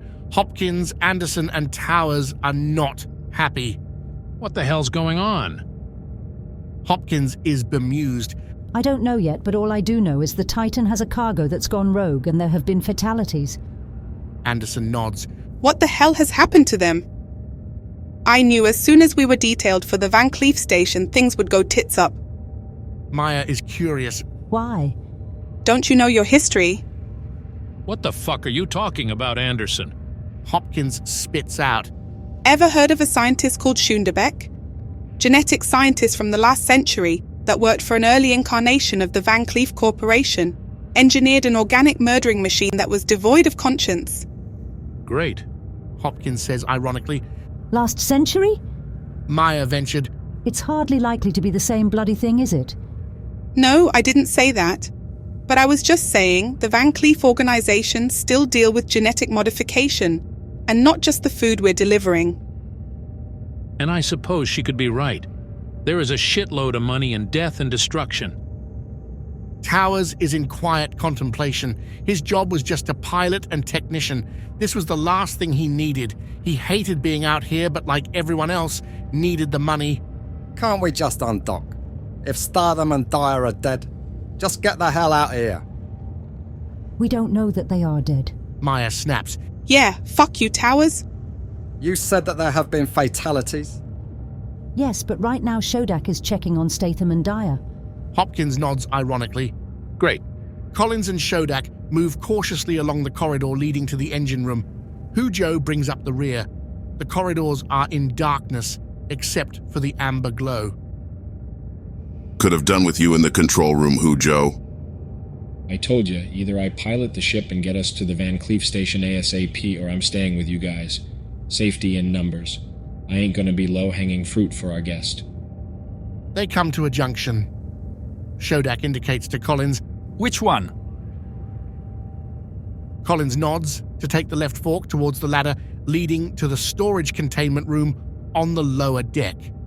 Shodak, Collins, and Hujo move stealthily down the corridor. Shodak stops.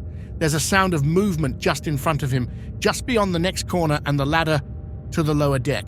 Shodak turns to Collins and quietly indicates there's something moving. Collins in turn turns to Hujo and indicates Hujo stay well back, but still to provide cover as Collins readies his firearm. Shodak moves to the edge of the adjoining hallway. Shodak, Collins, and Hujo are all weapons at the ready, all trained on the corner edge of the hallway.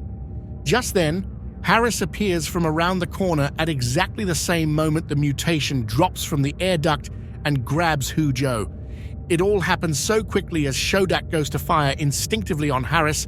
Collins diverts his aim to save Harris.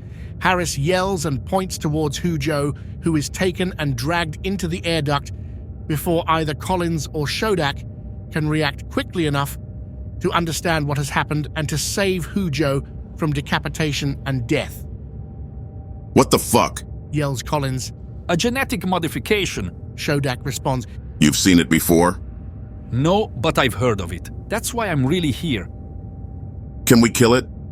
I think so. How? Harris catching her breath. It doesn't like fusion power, I know that much. I electrocuted the cunt earlier. It soon got the message. That's why we got no fucking power now. You blew the system. Harris shrugs. Yeah, but I can get that back on track. What about Hujo and piloting the ship? Collins takes in the new situation. I guess we're fucked. Not as badly as Hujo, though. Comments Harris. What are we gonna do? Try and find him. And what about the guys from the AF-14? Shodak looks to Collins. Collins contemplates his options. Shit. He shakes his head. How are you at piloting a freighter? Bad, but I think if I'm not mistaken, maybe Towers from the AF-14 is a licensed pilot, and so is Anderson. But that don't solve your problem, Collins, unless you've forgotten official protocol prohibits unregistered vessels. Collins nods. I hadn't forgotten. I just know unless we get this cargo to the Van Cleef, where I might add it probably has the facilities to deal with it, we don't get paid, and none of us may get out alive. There ain't many of we lefties there? That's my problem, not yours. Yes, it is if you're breaking the law of contamination and containment regulations. Collins views Harris and then Shodak. So what are you suggesting, officer? You are in an unregistered vessel, Collins, but maybe I could be persuaded to ignore your piracy. What about the AF-14 and crew? Fuck 'em! Really? Shodak nods. Collins looks him in the eyes. Quarter shares? Shodak smiles. What sort of guy do you think I am, Mr. Collins? 35%. Shodak shakes his head, not breaking eye contact with Collins. 50? Harris's eyes widen. Wow, you're not very corruptible, are you, officer? Collins reels back in disbelief. 40, last offer. Shodak grins. I don't think you're understanding the full situation, Collins, my old buddy. Collins leans into to whisper in Shodak's ear. You're a conning bastard. And you're a good judge of character, retorts Shodak as he lets out a chuckle of superiority. Behind his back, Collins catches Harris's eye, and he discreetly shakes his head to indicate, no way is that happening. Maya is in the control room of the AF-14. A comms buzzer goes, and Shodak is on the other end. Maya clicks the comms on. Yes. We found Statham and Dyer. We'll bits of them anyway. Maya slumps in her chair. She struggles to get her head around this. She has known and worked with Statham and Dyer for 5 years. She sits motionless. Are you sure it's them? As sure as we can be. She sits in silence, and after a moment she snaps herself together, or tries to, suppressing her real emotions. The pain in her chest, the ache in her stomach. Shit! The times she relied on Statham in difficult moments. She trusted him like she just could not rely on other people around her. It was not something she told anyone, even Statham, but she knew now she would just have to bluff her way through this. Just hope for the best. She slapped the comms unit. Wouldn't it make sense to all come aboard the AF-14 and jettison the Titan? The silence from Shodak was worrying. Shodak? On the Titan, Shodak, Collins and Harris were sharing looks and shrugs. What we gonna say? Collins grinned. You're the clever boy. You'll think of something. Cheers. Collins shrugs again. Earn your fucking money, hotshot. Shodak clicks his comms unit. Back on the AF-14. Maya sits expectantly waiting a response. I mean, it makes sense, doesn't it? The comms returns a response. I don't think that'll be necessary. And anyway, protocol clearly states no ship can be left a floating derelict with any organism, never mind a potentially dangerous or virulent one. Okay. Maya clicks off the comms and slumps on her chair. He's making that shit up, she mused to herself. She clicked the internal comms. Hopkins, can you meet me? Will do, comes the response. Collins, Harris, and Shodak are in the dining area, surveying their options. Weapons at the ready. Did she believe you? Collins says. Probably not. Any suggestions, guys? Harris interjects. We gotta convince Meyer to lend us another guy, preferably Towers, to pilot this ship to the Van Cleef station. Hujo did suggest just going there and delivering the cargo and let them deal with whatever it is on here, says Collins. That's if they know what it is. Why'd you say that? Who hired you? Collins shrugs. That's what I mean. It could be an act of industrial terrorism. Collins nods in a pissed-off, typical trust our luck way. Harris snorts in derision. Terrific. That's just bloody wonderful. In the container room on the Titan, Gwei sits, weapon at the ready, halfway between abject boredom and restless unease. Collins enters the room and startles Gwei a little. I'm sorry you drew this duty, Gwei. Gwei shrugs. So am I. He smiles. Listen, is there no way of finding out when our other friend here is going to wake up? No, but we've had a change of heart. We now think, in all probability, it ain't gonna activate till we dock on the Van Cleef station. So I don't have to sit here for hours on end, then? Collins looks at Gwei and smiles. Well, we don't know that for certain. Gwei nods in acknowledgement and resignation. But, Collins continues, we're gonna weld the door and the air ducts in here shut just in case. Gwei looks incredulous. What with me in here? No, I'm not that cruel, Gwei. There ain't gonna be a lot of breathable air in here, is there? Thank fuck for that. How are you at piloting? What this? He indicates his surroundings. Anything? Well, I've done it on a couple of occasions when Hujo was too, intoxicated. But that was only for about an hour at a time. But a few years ago, I did a bit of emergency pilot training, but I'll need some sort of refresh. Collins nods an okay. Well, we'll talk about this in a while. I just thought I'd ask, can I leave you to weld this shit up? Yeah. No probs, just give me 10 to get the gear and about half an hour to do the job. Okay, where is the gear? I think Harris had it last in the engine vortex area. Okay, on second thoughts, I'll come with you. Probably not too safe to go anywhere on your own at the moment. Oh, thanks. Gwei incredulous again. I've been on my own for hours. Yeah? Collins forces a wry smile. Yeah, sorry about that. 4 people have been killed in that time, so I've changed my thinking. Jesus! Gwei takes a moment to process this news. I heard about Phillips and Roberts. Who were the other 2? 2 security guys off the AF-14. Oh shit, well, thanks for telling me. Gwei says with more than a little irony. Collins smiles wryly. Well, I didn't want to worry you. Gwei nods an acknowledgement. Nice of you. Collins smiles, Gwei gets to his feet and they leave the room, not noticing purple goo beginning to ooze from the still full container. Maya is in the meeting room of the AF-14, accompanied by Hopkins, Towers and Anderson, the last remaining members of the AF-14. What now? Anderson is on the edge of rage. She had more than a little affection for Dyer and is deep down very distraught. Her experience is only just holding her together. I need to speak to Shodak. She is interrupted by simultaneous reactions of derision. Maya tries again. I need to speak to Shodak, but my thoughts are that we separate from the Titan, finish our cargo drop and get the hell back out and head for home. Will the company sanction that? Yeah, we were operating below safe levels anyway. Now is considered critical. I knew you shouldn't have let them on the Titan. Hopkins interjects. Towers shrugs. They didn't seem to have any problems when I was on there, apart from the engine being fucked. Yeah, well now they got no power. How come? I don't know, that's why I really need to speak to Shodak. But he's been a complete arsehole since he's been on the Titan. To be fair, he was when he was on here, comments Hopkins. What's stopping you? I wanted to run it past you guys first.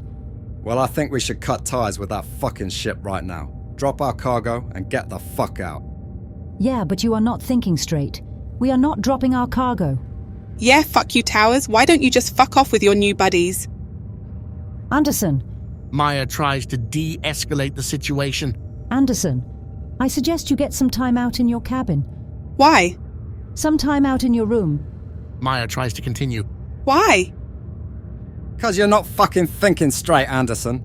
Look, fuck off, Towers. Your leg is not fully healed yet and you're upset about Dyer. Maya stands between the 2 crew members and quietly and forcibly gets in Anderson's face. I suggest you go to your cabin and take time out to calm down. Anderson goes to react, but thinks better of it, and storms out of the room. There is silence in the room as the sound of Anderson leaving the deck is heard. When are you going to speak to Shodak? Hopkins asks. Now, says Maya. I'm going to find out what the fuck is really going on. Shodak stands at the airlock entrance between the Titan and the AF-14. Collins is by his side. What you gonna tell them? See how the land lies. Yeah, well, just you remember 50%. How could I forget? Shodak grins. The airlock doors opens and Shodak enters onto the AF-14. Hopkins is escorting Shodak through the narrow corridors. You don't have to nursemaid me, Hopkins. I do remember the way. Just being polite and following protocol, officer, didn't want you to feel we weren't offering our guest every courtesy. Well, that's so kind of you, Hopkins. It's never obvious if Shodak has irony in his voice, so Hopkins smiles politely. They reach the meeting room and Hopkins opens the door for Shodak to enter. Maya is waiting for him in the room. On the Titan, Gwei sits at the console of the flight deck. Collins is at his shoulder. Well? Gwei smiles. Is it all coming back to you? Gwei and Collins share a look. Ish, grins Gwei. Good, you fill me full of confidence. Gwei nods. I'm glad someone is. They both turn to look at Harris, who is sitting watching. Well, Harris? Asks Collins. How's the power module? How long before we're back functioning? We need a new part. What sort of part? A converter unit. Where the fuck are we gonna find one of those? Harris shrugs. The AF-14 will have one. Yeah, but will they have a spare one? Interjects Gwei. It's not something any ship will have a spare one of. What's wrong with ours? It blew when I zapped the thing. Collins rolls his eyes. As if by design, there is a creak in the air ducts. They all grab their weapons. Collins watches the ducts. So how the hell are we gonna square this circle, Harris? Well, option A, we abandon the Titan and all move on board the AF-14, isolating the the things and consequently don't get paid. Option B, we steal the converter unit off the AF-14, leave them stranded in space and take our chances with our things, and hopefully deliver them to the Van Cleef station and get paid. Hopefully, or... Kill the crew of the AF-14 and steal their ship. Grins Gwei. Harris shrugs.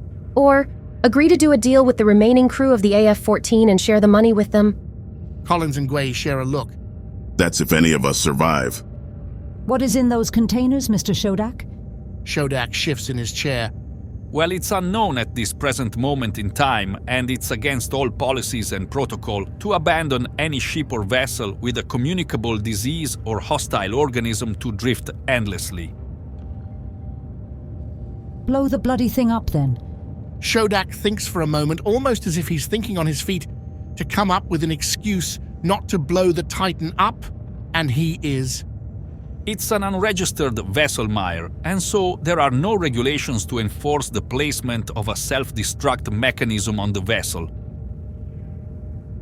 It's a fucking pirate ship, in other words. Pretty much, yes. Are you going to arrest Collins and his crew, then? In time, what's left of his crew anyway? Why not arrest them now? I don't think you realize how dangerous what was in that first container was. Tell me. A genetic mutation based on the work over 100 years ago by a scientist, Dr. Schoonderbeck. Organic, powerful, and deadly. Why was it genetically modified? Weapon of war. That's bullshit. Weapons of war are controllable in some way.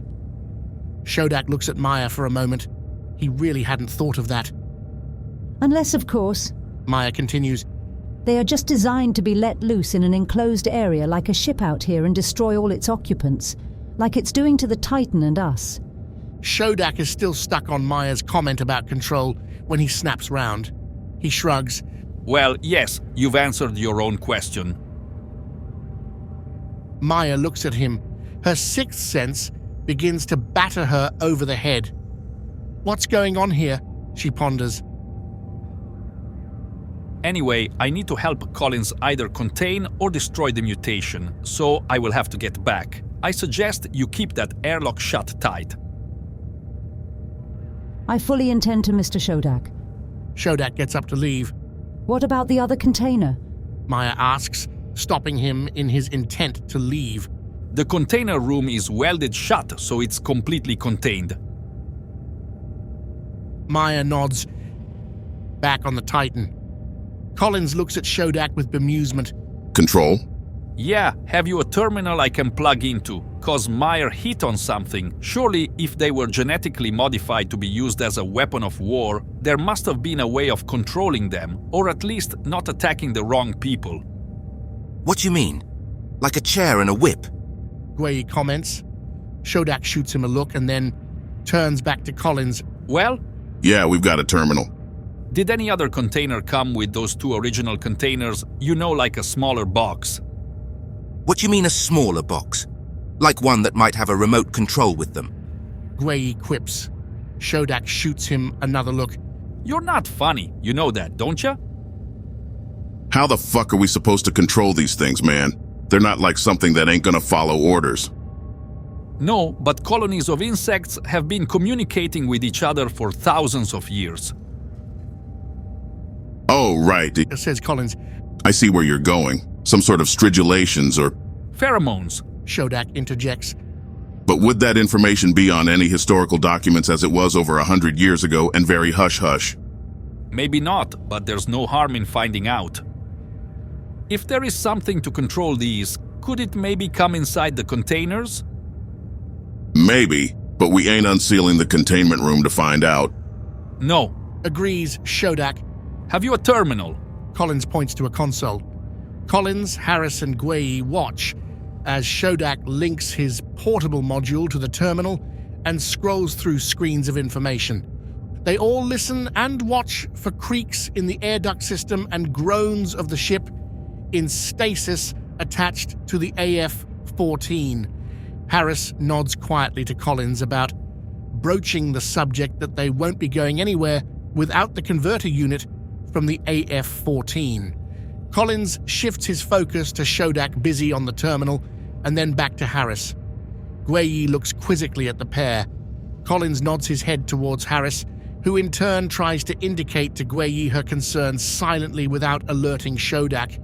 She mouths "converter" at him, and he gives her a quizzical look back. She again mouths "converter" silently in a more pronounced way. Gueyi shrugs and looks bemused. Collins views Shodak, who is still working on the terminal, and turns to Harris with an index finger to his lips for her to not say anything. Shodak finishes on the terminal and turns back to the 3 crew members. There doesn't seem to be much info. So what do you suggest? Shodak contemplates the question. Find the escaped mutation and deal with it. Collins, Harris, and Gueyi exchange looks. I'm all ears. The corridors of the Titan are almost in complete darkness, except for amber emergency lights at strategic points. Harris and Gueyi, weapons at the ready, steadily negotiate the condensation-drenched passageway. Why are the walls so wet, Harris? When I blew the engine system, it knocked out all the lower deck's air scrubbers and conditioners. Shit. Breathable air. Well, yeah, I didn't want to tell Collins, but we have about 20 hours breathable air unless we get that converter off the AF-14. Shit. Well, don't you think you better tell him, rather than going on a hunt for this thing? No, because I don't trust Shodak. Just then, the creak of the air ducts just above them alerts them both. Shit! Gueyi mutters under his breath. Stood totally still, they watch, as much as the darkness lets them, the upper reaches of the corridor ducting. A faint, slithering sound can be heard. Harris struggles to work out where the sound is coming from. It goes silent. The pair continue to move slowly along the labyrinth of passageways. They stop. The intersection to the bottom deck is only yards away now. It is illuminated by an amber emergency light just above it. After a brief moment's pause, the pair continue carefully towards the intersection. Harris starts to tense. Stay frosty, Harris. Harris gives him a look and smiles. I'm as frosty as fuck, big boy. The air duct breaks and crashes to the floor. Harris and Gueyi jump out of their skins, and before them, mandibles dripping with blood, the stench putrid with intense toxicity, almost to a debilitating extreme, is the mutation. Harris and Gueyi struggle to keep their senses, and the mutation strikes with speed and ferocity. Harris gets off a round instinctively, and Gueyi backs her up with a burst of fire of his own. The mutation reacts with a howl of inhuman screaming pain, but only momentarily stunned. Once again, it strikes towards Harris, but she ducks and fires off a round. It misses and clanks into the corridor wall behind the mutation. The ricochet narrowly misses Gueyi, whose weapon jams as he goes to fire. The mutation slithers away from Harris and towards the retreating Gueyi. Suddenly, through the ship's tannoy system, comes the strange, chittering, rattling sound. The mutation stops as if it is listening and quickly jumps with lightning speed back up into the remaining conduit of the broken air ducts and disappears. "What the fuck?" mouths Harris, which is strangely what Gueyi is thinking at exactly the same time. Collins is watching Shodak at a console terminal. Clever trick. What is it? Stridulations. What I can garner from the records, Dr. Schoonderbeck was in an early development of the genetic modification and was using pheromones at a very basic level to control the mutations, but when the research was sold to a Dr. Hugo Fryer, who developed a type of stridulations mechanism that communicated directly. So how did you know what to use? Shodak pauses. A breakdown of the known research and trial and error. Collins is not overly convinced, but nods in acknowledgement anyway. Shodak checks his handheld module, aware that Collins is watching him. So what you planning? Shodak looks to Collins. Maybe we could use the stridulations to trap the mutation until we reach the Van Cleef. Trap? How and where? Well, the only place without air ducting and locks is the airlock. Could be dangerous. Got any better suggestions? Collins shrugs and shakes his head, but his mind is already racing. how to get the converter off the AF-14, and how to tell Harris and Guei about the new developments and devise a new plan without Shodak knowing. He didn't trust Shodak, but it currently was looking increasingly likely he was going to have to confide with him about the converter, which is something he did not want to do. There was something about Shodak that just didn't fit right. He just couldn't put his finger on it. But his sixth sense, his instinct was yelling at him that Shodak was not who he said he was. Shodak and Collins are on the verge of exiting the secure confines of the flight deck when the doors open, revealing Harris and Guei. What the fuck's going on? We saw that thing, but it disappeared when that fucking noise came through the comms tannoy. Guei says a little stressed. Collins, standing behind Shodak, flares his eyes at Harris. She looks at Collins, takes in his silent signal but doesn't acknowledge it.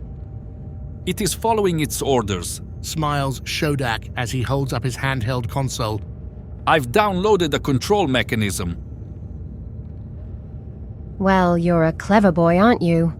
Harris comments. Yes, I am. Shodak says without irony. Yeah, we're gonna trap it in the airlock, says Collins. What the fuck? Guei is getting a little more stressed. Blow the fucker out into space. No, says Shodak curtly. Wait till we get to the Van Cleef, contact them when we dock, and hopefully they'll know how to deal with it. Hopefully. Yes. Shodak nods. Split into pairs?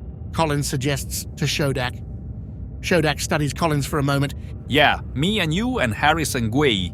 Collins nods an okay. It's not overly convincing, but somehow he needs to get either Harris or Guei alone. He's now suspecting Shodak doesn't trust him, and he would be right. Shodak's mind is racing. Collins is uneasy. Shodak turns to Harris and Guei with a wry smile. We need some bait to lure the mutation. Guei and Harris both give Shodak an incredulous look. You can get stuffed, pal.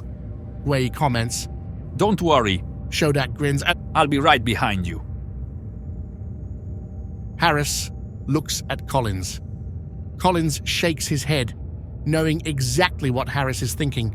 She's about to tell Shodak about the converter. I'll make sure you're in no danger. Collins assures Harris and Guei. Guei stands one side of the airlock, Harris the other. How the fuck is this supposed to work? Guei says. This whole thing is fucked up. Shodak obviously doesn't know about the converter, or he wouldn't suggest trapping the beastie in the airlock. So what is Collins fucking playing at? I have no idea, but I need to get that converter. What do you suggest? I'm not sure, but either we get that converter and leave the AF-14 stranded, or we all get on the AF-14 and say goodbye to our money. Shit! Guei mutters. I don't know about you, but I need that fucking money. Yeah, it doesn't need both of us to lure it in here.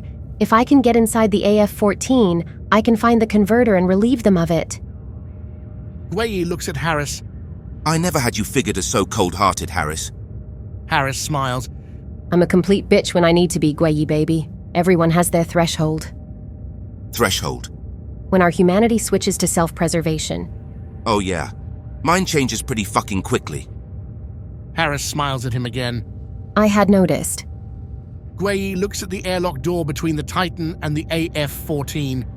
I wonder if there's a way of overriding the airlock door. Even if there is, how am I going to get past any security measures? Needs must. On the AF-14, Hopkins stands guard next to the airlock when he hears tapping on the door. He opens a side panel, taps on a touchscreen, and a camera showing the inside of the airlock sparks into life. He sweeps the camera around the airlock with a toggle switch, but can't see anything unusual. He presses his comms unit on his collar. Meyer? Meyer? After a moment, Meyer responds. Are you expecting Shodak back? Sooner or later, why? But not specifically right now? No, why? Hopkins deliberates whether to tell Meyer of the noise in the airlock. No reason, just thought I'd ask. He clicked off the comms, probably just all in his mind anyway. He mused. The outer doors of the Titan airlock were open. The seal between the two ships was airtight.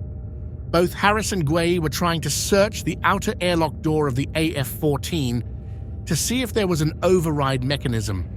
Their intended job of being bait for the mutation had taken somewhat of a sideline to getting on board the AF-14 and stealing their converter, so neither had noticed the air ducts beginning to creak in the corridor of the Titan leading to its airlock. Schoonderbeck and Collins had been gradually and continuously working their way from the lower decks of the Titan, checking every nook and cranny to flush out the mutation, using Schoonderbeck's new stridulation console program to drive it towards the airlock and entrapment.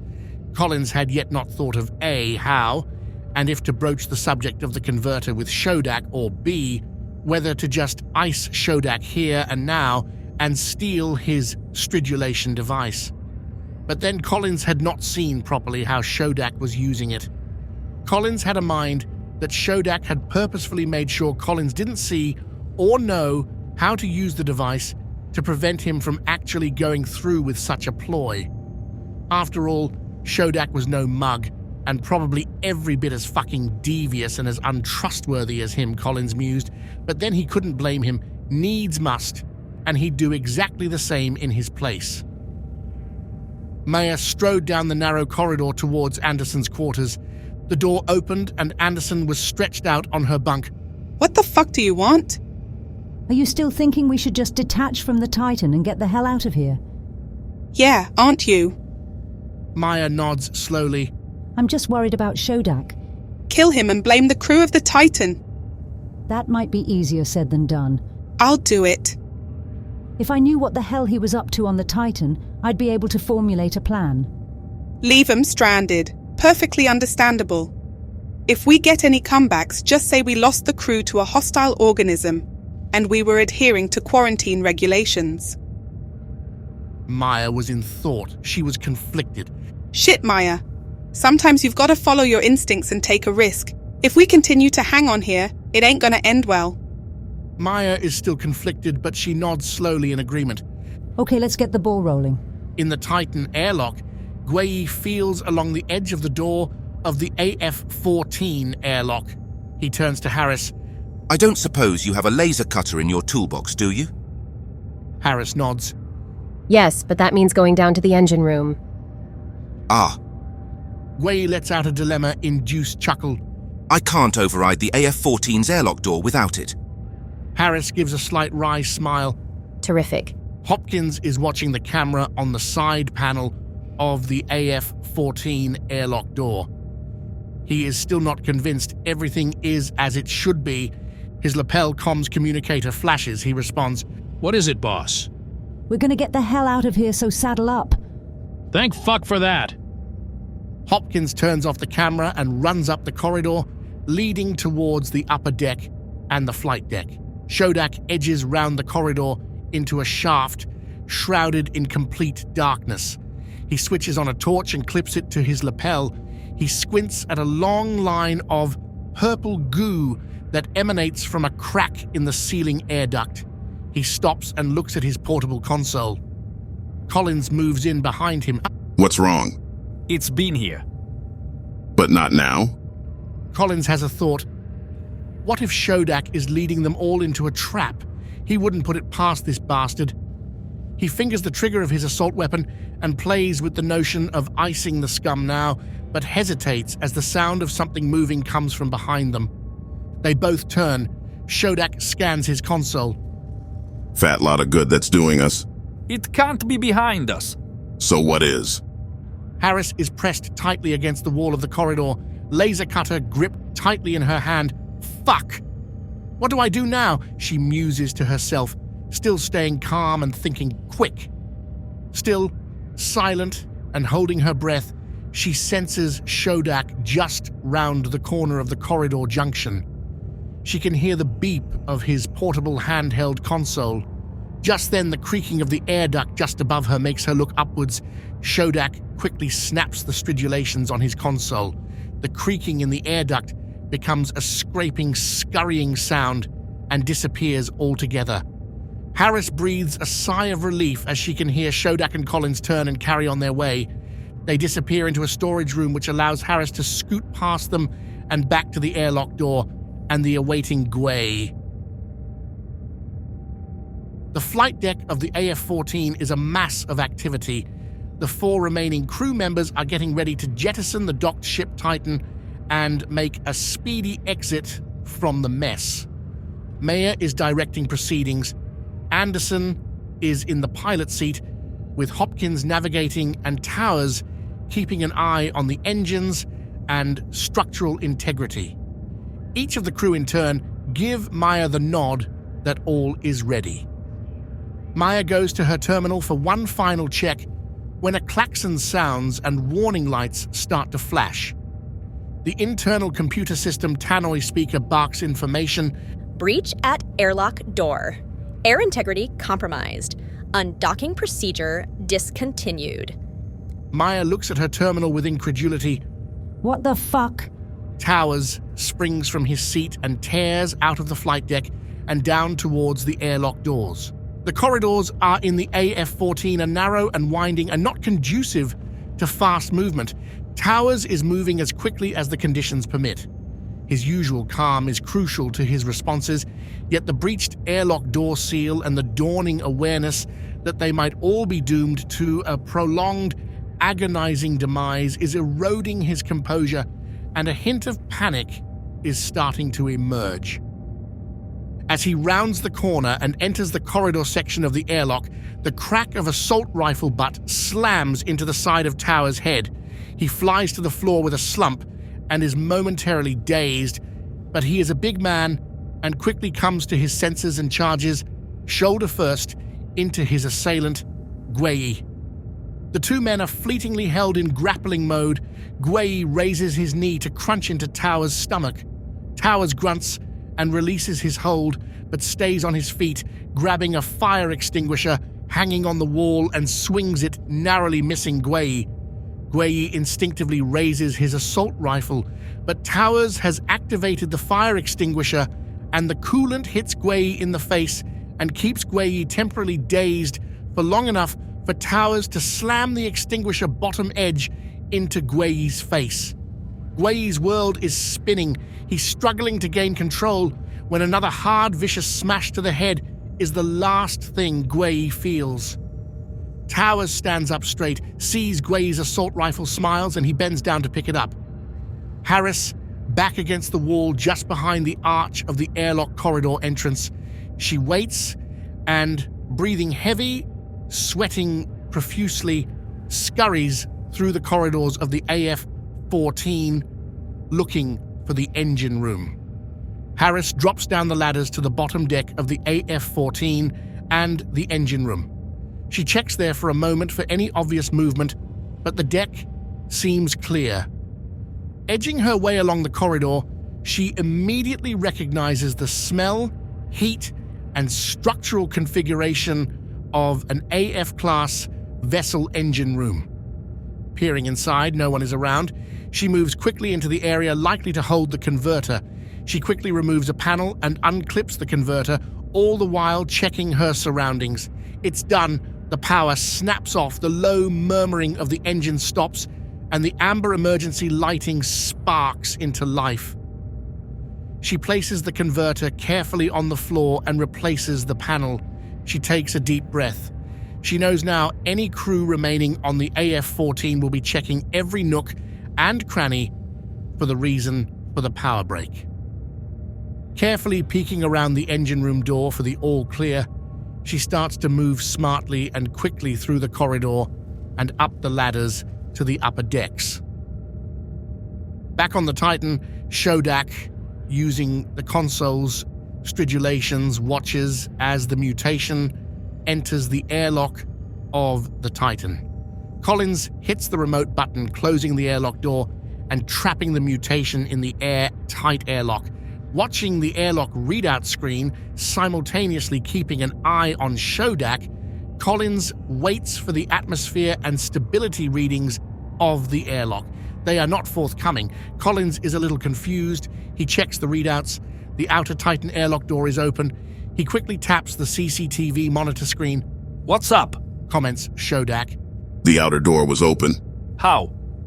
I don't know, Gay, you must have opened it. Why?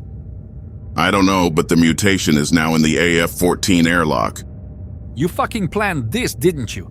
Fuck you, Shodak. Towers tries to seal the outer airlock of the AF-14, but it won't close fully. He slaps a button on the outside to open it. It slides to open and Towers freezes in abject fear. The mutation, mandibles dripping red, the stench inhuman, and its intentions clear. It moves quickly, grabbing Towers and crushes him, his screams hiding the crunching of his ribs and bursting of his internal organs. Harris, converter in hand, watches in sheer terror as she gradually backs up and runs down the dark corridors in a desperate, instinctive flight for self-preservation. Back on the Titan, Shodak glares at Collins. So what are we gonna do now, Big Shot? How do you mean?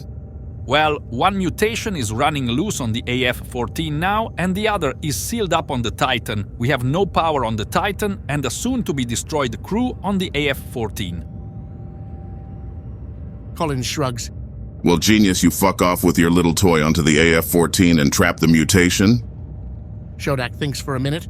True, it's a security vessel, maybe if I can trap the mutation in a cell, but where's Harris with the welding gear? Collins shrugs. Fuck knows. Shodak looks through the visual portal of the Titan airlock to see the scorched marks used by welding gear to cut through the outer door panel of the AF-14. Collins raises his weapon, pointing it at Shodak behind his back. Shodak, still with his back turned away from Collins. Well, it's been used, so she must have it, but where is she? He turns to Collins and sees the assault rifle raised and pointing at him. Drop the console, shithead. Shodak smiles. Harris is running through the darkened corridors of the AF-14. Away from it, she is breathless and starting to weaken. She contemplates dropping the converter, but she thinks better of that idea, musing, she will never find it again. Collins motions again for Shodak to drop the portable console. Shodak just stares with a now wry smile. A big mistake, Big Shot. Without me using the console, you have no way of controlling the mutation on the AF-14. Collins laughs and shrugs. Now it's on the AF-14, who the fuck needs to? Where's Harris and Gwei? Collins shrugs. Who cares? You're so full of shit, Collins. You have no power and no crew to pilot your ship. What the fuck are you gonna do? Collins shrugs again. What the fuck does it matter to you? And how do you know what I have up my sleeve? Shodak grins. Fuck off, Collins. All you've got up your sleeve is a hairy arm. For a moment they stand glaring at each other. Then a hard, violent banging starts to emit from the sealed, welded shut container room. Shodak seizes his moment and Collins's second of hesitation at the source of the sudden noise and throws the console hard into Collins's face, making the captain yelp in pain as it hits him square. Collins momentarily loses his footing as he fights the initial pain and is too slow to gain his focus as Shodak's knife is drawn and thrust hard and directly into Collins' breastbone, piercing his heart. Collins slumps to the floor, dead.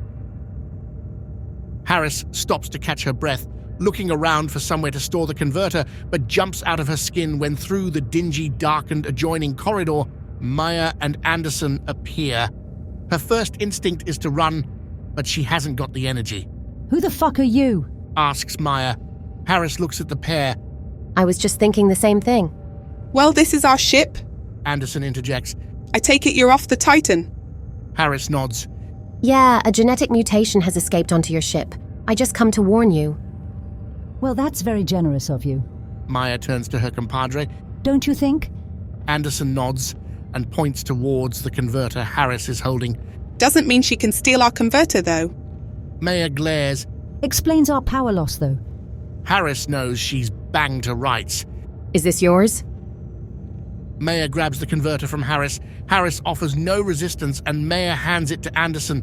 Replace this, Anderson, and then maybe we can get our bearings back. Anderson grabs the converter and disappears down to the end of the corridor and the descending ladders to the lower deck. Maya watches her go and Harris disappears down the darkened corridor she had previously coursed. Maya turns to notice her gone. She mutters under her breath, "Bitch." The outer airlock door of the AF-14 opens slowly. Shodak, console at the ready, carefully scans the immediate corridor.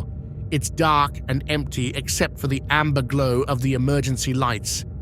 He enters and notices the dead Gwei, thorax crushed, face contorted in terror. Shodak shows no response, no empathy, and moves into the adjoining corridor just as the power comes back on. Stridulations on, he heads for the flight deck. Harris, eyes everywhere, startles as the power comes on. Thinking quickly and now able to view the air duct conduits, she edges her way along the corridors. Does she track back and take out the converter in the hope that no one is guarding it, or keep hiding? What to do? She mutters, "Fuck it," under her breath and turns back.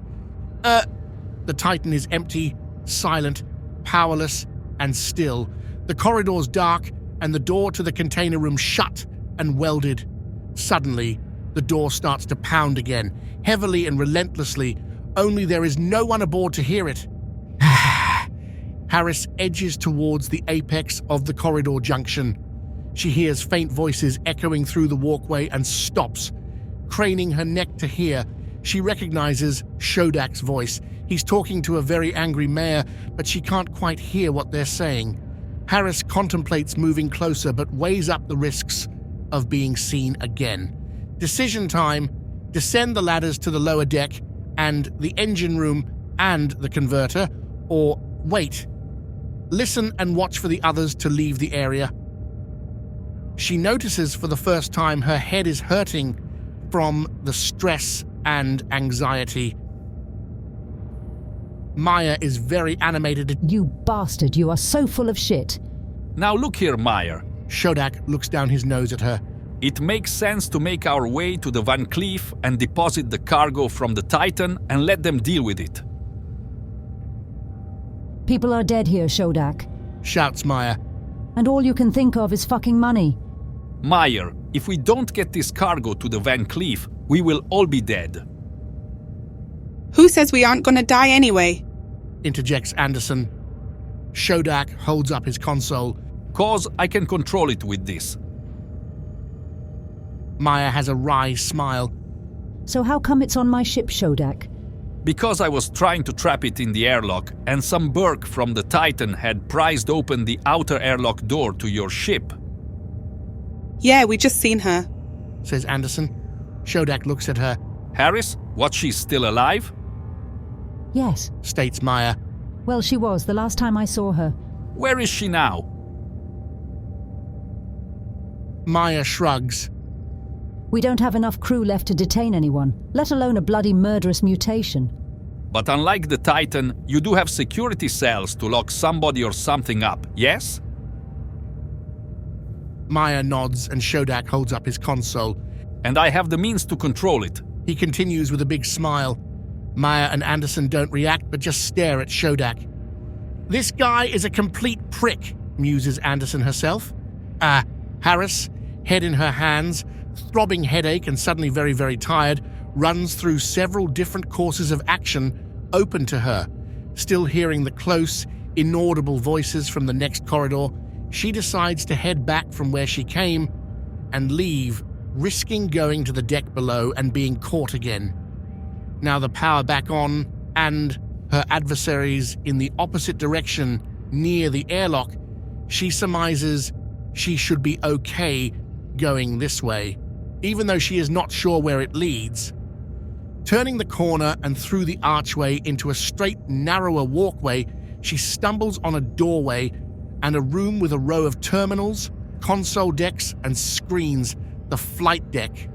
She smiles to herself. Well, ain't that a stroke of luck? She giggles quietly. Time for some fun. She sits herself on a swing seat in front of a terminal that she suspects is the main computer control terminal. She familiarizes herself with the control system and immediately recognizes it very similar to an older version she used to know back in the day.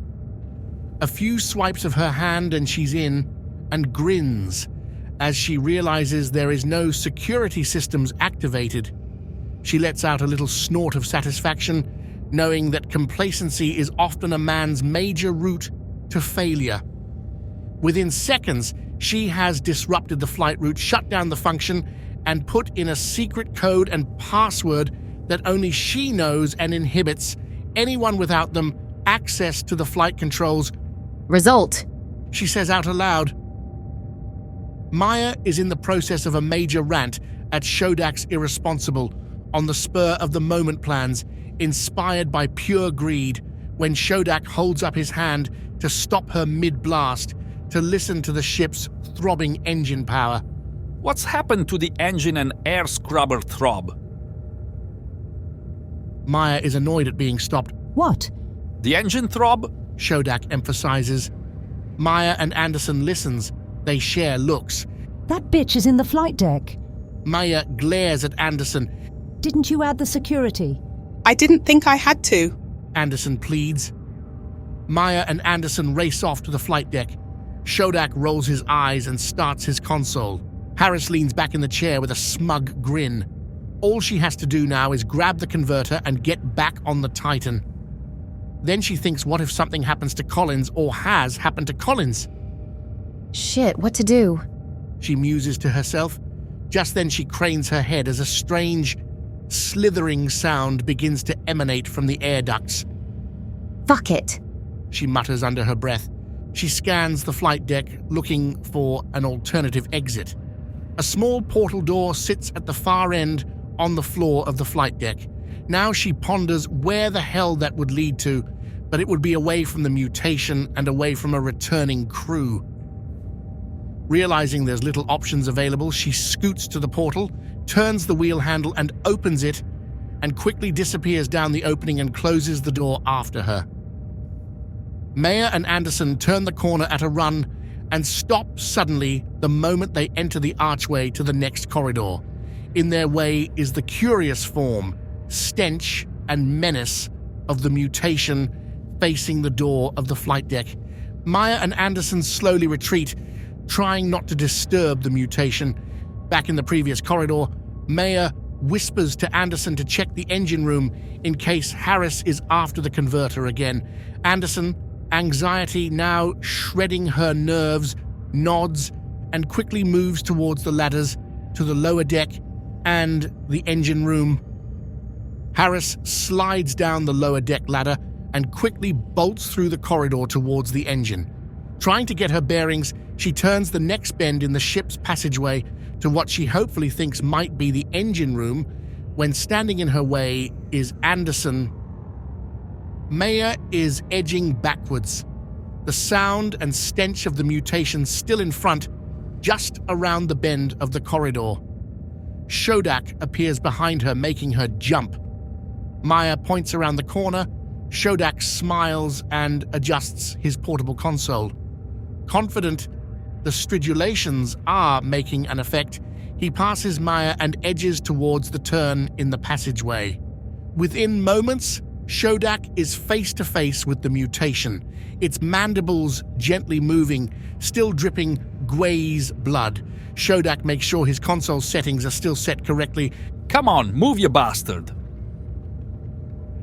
Fully expecting the mutation to disappear into the air duct conduits, Shodak moves confidently forward, but stops when the mutation shows no sign of moving. Shodak can feel the heat, feel the toxicity of its stench, and sense the soulless blackened eyes. Shodak is starting to get a little anxious. What the fuck is wrong with this bloody thing? The thought racing through his mind. It's just then Shodak realizes when he threw the console at Collins to disorientate him, something within the console must have broken, malfunctioned, and it's only now, his time of desperate need, he recognizes it's not working. Before he can react, the mutation is on him, tearing him, wrenching him, and destroying him. Maya, comprehending the developing events, consumed by sheer terror and uncontrollable panic, runs blindly as quickly as possible down the corridor, Away from it, the engine room is hot, dank, and humid. Harris is watching the door, while Anderson is unattaching the converter from its holster. How much are we talking? Anderson asks. A substantial amount. Just you and me? Me, you, and my boss. Collins is dead. Schoendeck killed him, so he told us anyway. Harris is stunned. She takes a moment to compose herself. Just you and me, then. I take it you don't trust Schoendeck either. No. Anderson says sternly. But then I don't trust you either.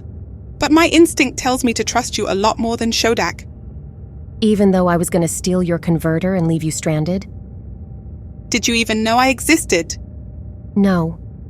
Just then, Maya's anguished yell of anger drifts through the corridors of the AF-14 as Anderson pulls the converter from its connecting port and so disabling all the power of the ship. Enabling the amber emergency lights once more. And I think we better go while we still can, she says, handing the converter to Harris. Oh, I'm carrying it, am I? You're the engineer, honey. And I know the quickest way in the dark. Harris shrugs. Fair enough. Maya, the panic now debilitating, her mind racing.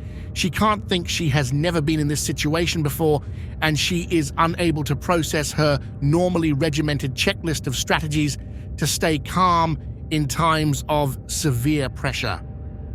Her back against the wall of the darkened corridor as she catches her breath, she contemplates the airlock to the Titan, but her stress levels have curtailed her ability to work fast, and as she steps away from the wall and into the adjoining corridor, the mutation is waiting for her. Maya's scream echoes through the AF-14's menacing amber-tinged passageways, and just as Anderson and Harris reach the airlock, Anderson stops on hearing it. No time to stop, Harris states as Anderson nods, opens the airlock, and they race inside and lock the door after them.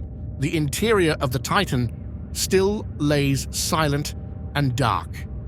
The emergency amber lights are growing dim, and Anderson notices the unregistered ship is older, danker, and has the smell of the type of old vessels she used to work on in her apprentice days. Harris leads the way as they head for the flight deck. As they near the deck, the sound of relentless pounding fill the bleak corridors. Harris stops and shares a look with Anderson. What the fuck's that? Anderson asks with more than a little apprehension. Harris looks her in her eyes. Must be the other mutation. It was locked in the container room. Will it hold? I hope so. Harris continues leading the way to the flight deck. The flight deck is in total darkness. Harris feels her way to an overhead hatch, opens it, and feels inside and grabs an industrial work lamp. She snaps it on and partly illuminates the Titan flight deck. Anderson scans the flight panels, terminals, and controller instrumentation. She immediately recognizes it. She nods knowingly. Do you think you could fly it? Anderson nods. Yeah, I used to fly something very similar. Anderson moves and drops into the pilot's seat and familiarizes herself with the control panels. Harris nods and okay to herself. I'll strap in the converter and fire up the engine. Anderson turns to her. Be quick! They both listen to the incessant pounding. Yeah. Harris agrees. Harris scoots through the passageways, work lamp in hand, frantically working away towards the engine room. The pounding starting to work its way into her head. She takes a deep breath and talks to herself in a low, slow tone to keep the panic and debilitating stress levels at bay. Anderson, eyes closed, sits in total darkness in the pilot's seat on the flight deck, hoping Harris hurries up and knowing this could easily all turn to shit. Hope against all hope that she's made the right decision. Harris enters the engine room, dripping with sweat, placing the work lamp's magnetic base on a steel plate of the hull. She opens the section of mechanism and unhitches the holster for the converter. For a moment, a twinge of utter panic sends a chill down her spine. Is it going to fit? She struggles to place it inside, swears under her breath, and connects it up, without it fitting perfectly, and hopes for the best. She powers it up and waits hopefully for a moment, but nothing. Fuck it! In frustration, she hammers the converter with her hand. Suddenly it fires up and the power comes back on. She breathes a deep sigh of relief. Watching it, fingers crossed that it stays on, she slowly gets to her feet as if a sudden movement might upset the whole mechanism, and then she races back to the flight deck. Anderson grins, her heart rate increasing as she sees the flight console terminal light up with the power of the working converter. Snapping into action with a combination of waves, presses, and swipes, the Titan powers up. The computer console verbally states, Titan disembarking. The creak of an aging vessel spurring into movement and braking, its seal with the now doomed AF-14. It's almost music to Harris's ears as she reaches the flight deck and straps into the navigation chair. Both Harris and Anderson, whether subconsciously or purposely, have blanked out the now increasingly incessant pounding on the container room wall. Anderson turns to Harris. I've set the autopilot to head for the Van Cleef station. Harris nods in acknowledgement. ETA? Anderson swipes on the console. 2 hours, 35 minutes. They both simultaneously look towards the sound of the pounding as it stops for the first time in a while. It hasn't? Anderson starts to panic. Harris shakes her head. I wouldn't have thought so. The container room is welded tight. What are we going to do if it escapes? Harris shrugs. The pounding starts again with renewed vigor. Can't you weld plates on the door to make sure? Take too long. What if the Van Cleef don't have the facilities to deal with the mutation? What do you mean? What if the cargo is part of a terrorist attack? When you lot were hired, were you told why? Collins was. Were you? No, we were on a need-to-know basis, with a guarantee of a substantial payday on delivery. No suspicions? No doubt? Harris shrugs and smiles. Risk and reward. No risk, no reward. You done this sort of job before? Harris nods. The risk is worth the reward. I hope you're right. We're all gonna die sometime. The pounding starts again. Sooner rather than later by the sounds of things. The time ticks off. The distance monitor clicks closer. The pounding continues, stops, then restarts minutes later. The mutation is definitely tenacious. Harris ponders whether she would have actually done more to contain the thing like Anderson suggested, and Anderson goes over her decision to go with Harris's idea and board the Titan and head for the Van Cleef space station. But what else could she have done, especially after hearing Maya's scream?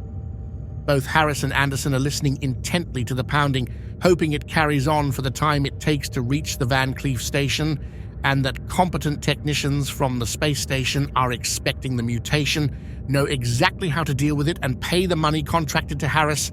Hopefully, time ticks down.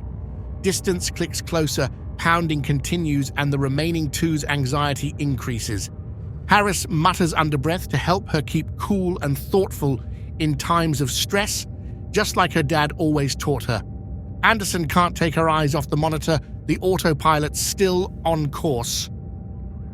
The pounding from the container room is now intense.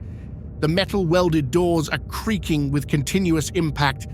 There is a loud crack as the welded doors finally give way. It is the fear the remaining crew members dreaded. Anderson is beginning to catastrophize within her mind, and Harris is mulling over the options again in her head. Is there nothing that can stop it? Anderson says, trying to hide her panic. Harris thinks, I stunned the mutation before with naked electrode cables from the engine, but that blew out the converter. That's why we needed yours. Couldn't we get enough power to drift towards the Van Cleef? The chances of us staying on course to dock are next to nil. No military hardware at all. Yeah, but no one was quick enough to find out if it worked or not. Your guys Statham and Dyer found that out. Look, this ship is on autopilot. I take it that means it auto-docks too. It's supposed to. Well, we find somewhere on this shithole. Weld the doors shut and hope it gives us enough time to dock. Maybe you're a technician, ain't ya? Can you not knock up a tracker of some kind? What an end up like Schoonderbeck. No, listen. Their plan brainstorming is sidelined by a creak in the overhead air ducts and the chilling death rattle of the escaped mutation. I suggest we think on the run, says Harris. Anderson agrees, and they run for the exit. As they enter the grubby confined corridors of the Titan, they hear the crack of the flight deck air duct and the crash to the floor of a heavy thud. Where now? Anderson is trying desperately to hide her sheer panic. Down here! Harris leads them down some deck ladders to the lower decks and the bowels of the Titan. The atmosphere down here is dank and oppressive. Anderson, out of breath, jumps the last steps of the ladder and is struggling for breath. This seriously is a shithole. Harris smiles. It's my home. There is more than a sense of irony in her voice. Through here. They reach a room with the words Armory written on it. This used to be a military first response unit ship. This is what used to be the armory. The clatter, slither, and death rattle of it emanates from the upper deck. We better be quick. So get to the punchline. This room got a shitload of firepower in, yes? Anderson states hopefully. Harris shakes her head. No, but it does have an escape hatch to the main storage room, which is locked from inside, and all sorts of electric sensors, equipment and the like. It was Hu Zhou's little project room. Well, that is nice. Anderson says sarcastically. And that is relevant, why? It has components to knock up a rough motion tracker, which while I am welding any entry points shut, you can knock it up. Anderson nods thoughtfully. Can you not use that terminology? Knock up. It's very patriarchal, don't you think? Harris grins. Wow, 21st century feminism alive and well. And then what? We sit tight till the Titan docks and keep an eye on where the mutation is, and I escape through the alternate hatch to alert the Van Cleef staff. So I'm the bait to lure the mutation, while you get to the airlock to alert the Van Cleef crew? Yes. And I'm supposed to trust you? Yes. Just then, the slither and death rattle of the mutation sounds perilously close. We ain't got a lot of time, honey. And I ain't got a lot of choice either by the sounds of things.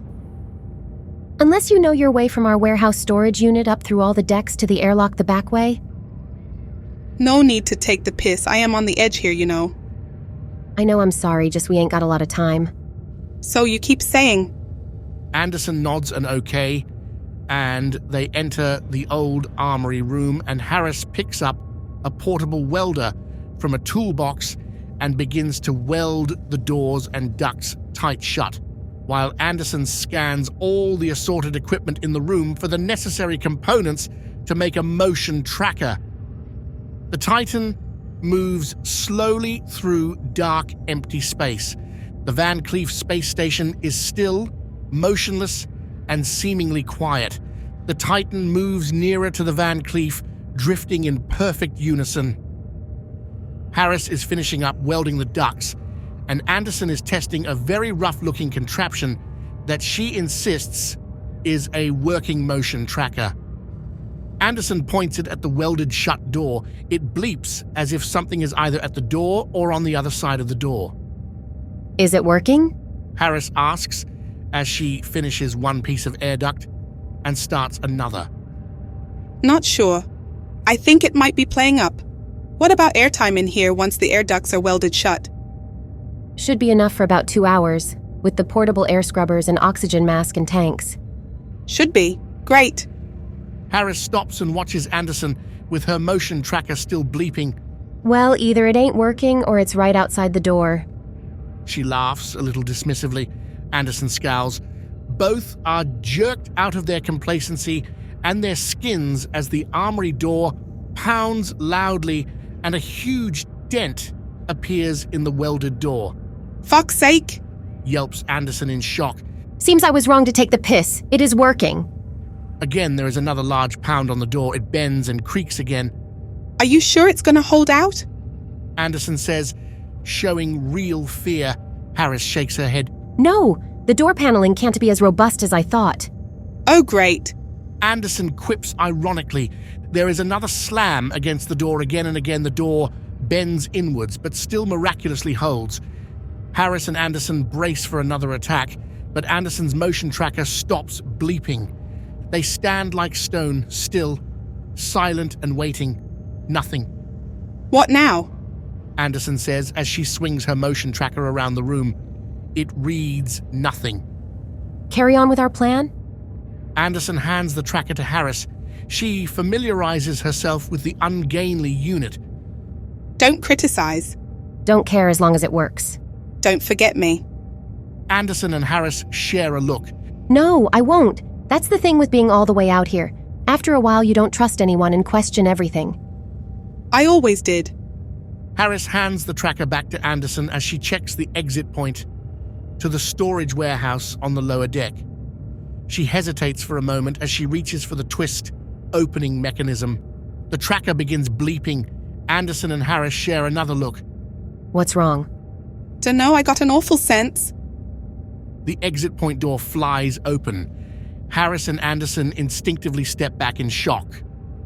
The mutation slides into the armory room, its stench toxic, its mandibles flexing, its intentions obvious. Anderson starts to go to pieces, gripping the tracker tight. Harris looks around her quickly for something to use against it. The Titan glides into the space station Van Cleef's sphere of orbit, the autopilot steering it perfectly into the docking port. An array of laser-guiding sensors and computerization intelligence perfecting the maneuver better than any human. The Titan clicks into place. Now, fully locked in and docked. Airlocks adjacent and prepped. Anderson is backing into the corner of the armory room, still clutching her motion tracker, and her mind slowly capitulating into debilitating terror. Harris uses her as a diversion as she watches the mutation survey its surroundings and the stunned Anderson. She grabs a portable welder and sparks it up. The mutation turns to Harris, carefully recognizing the human as the creature that caused it pain before. The mutation gives out a soul-crushing howl of hatred. Harris holds the welder out in front to vainly try and intimidate the mutation. Anderson regains just enough composure to instinctively make a fight or flight dash for the floor exit ladder. Now the door is wide open. The mutation turns back to attack the escaping Anderson. Harris sparks the welder charge into the side of the mutation. It howls in pain and turns back to Harris. Anderson escapes down the exit ladder. Harris sparks the welder into the direction of the mutation again, but she is cornered as the thing's mandibles grab her and crushes her thorax as she screams in excruciating pain. She loses consciousness before she's snapped in half and thrown to the corner of the armory room. Anderson runs for all her life through the storage warehouse deck and slams the open door panel, waiting, struggling to keep it together all the while, looking behind her, expecting the mutation to appear from the armory room exit. The door opens, and still holding the motion tracker, she quickly tries to work out which way to go. She chooses, purely instinctively, to head to the upper deck by another ladder. Next deck up, she struggles as quickly as she can through the hatch and checking the motion tracker in the hope it's going to work. Breathing heavily, she decides to head straight ahead and hope for the best. Looking behind her in dread, she reaches another upper deck ladder hatch and contemplates up or carry on down the corridor. She makes a snap decision and climbs the ladder, dropping the tracker for speed of movement. All the while, she listens and watches the air conduit for movement, sound, or cracks, moving as swiftly as she analyzes her options. As she reaches the junction in the corridor, she edges to scan the next passageway. Empty, but she recognizes where she is. The door to the flight deck is just ahead. Scooting at full pelt, she dashes into the flight deck and, viewing the main terminal, sees the Titan autopilot has successfully docked with the Van Cleef space station. She snaps the comms unit into action and tries to contact the Van Cleef. There's no response. She tries again. No response again. She breathes in and closes her eyes in disbelief. She stops and listens. She struggles to try and work out assorted sounds. Scanning the flight deck, she sees an assault weapon in the corner. She grabs the gun and heads out of the flight deck. Down one passageway, gun out in front, through another, all the while checking every nook and cranny, all the darkened corners, and all the air conduits above her on the corridor ceilings. She reaches the airlock. She is sweating and her breathing heavy. She looks at the airlock door operating panel and waves her hand over it. It flashes into operation and she presses the touch screen. The airlock opens and she steps in, and the door to the Van Cleef space station opens. She is met with flashing amber warning lights, a deafening anxiety-inducing klaxon, and an intermittent warning from the onboard audio system. Danger, abandon station. The Van Cleef will self-destruct in T-minus 2 minutes. Danger, abandon station. The Van Cleef will self-destruct in T-minus 1 minute 50. Anderson closes her eyes and leans back against the inside of the airlock. It's then she hears a crack of metal on metal, the sickening sound of slithering, the putrid stench of repugnance, and the blood-draining death rattle of the mutation. Danger, abandon station. The Van Cleef will self-destruct in T-minus 1 minute 30 seconds. The mutation's mandibles, still dripping in blood from Harris, veer into view round the corner of the airlock door. Anderson arms the assault weapon and screams in sheer frustration. Danger, abandon station. The Van Cleef will self-destruct in T-minus 1 minute. Anderson fires the assault weapon. The mutation momentarily stops, but within seconds is back moving with lightning speed towards Anderson. She gets off another blast from the assault rifle. Danger, abandon station. The Van Cleef will self-destruct in T-minus 30 seconds. It is 30 seconds that do not matter to Anderson. She is dead. In 30 seconds, the Van Cleef bursts into white, silent disintegration, taking the Titan and the mutation with it.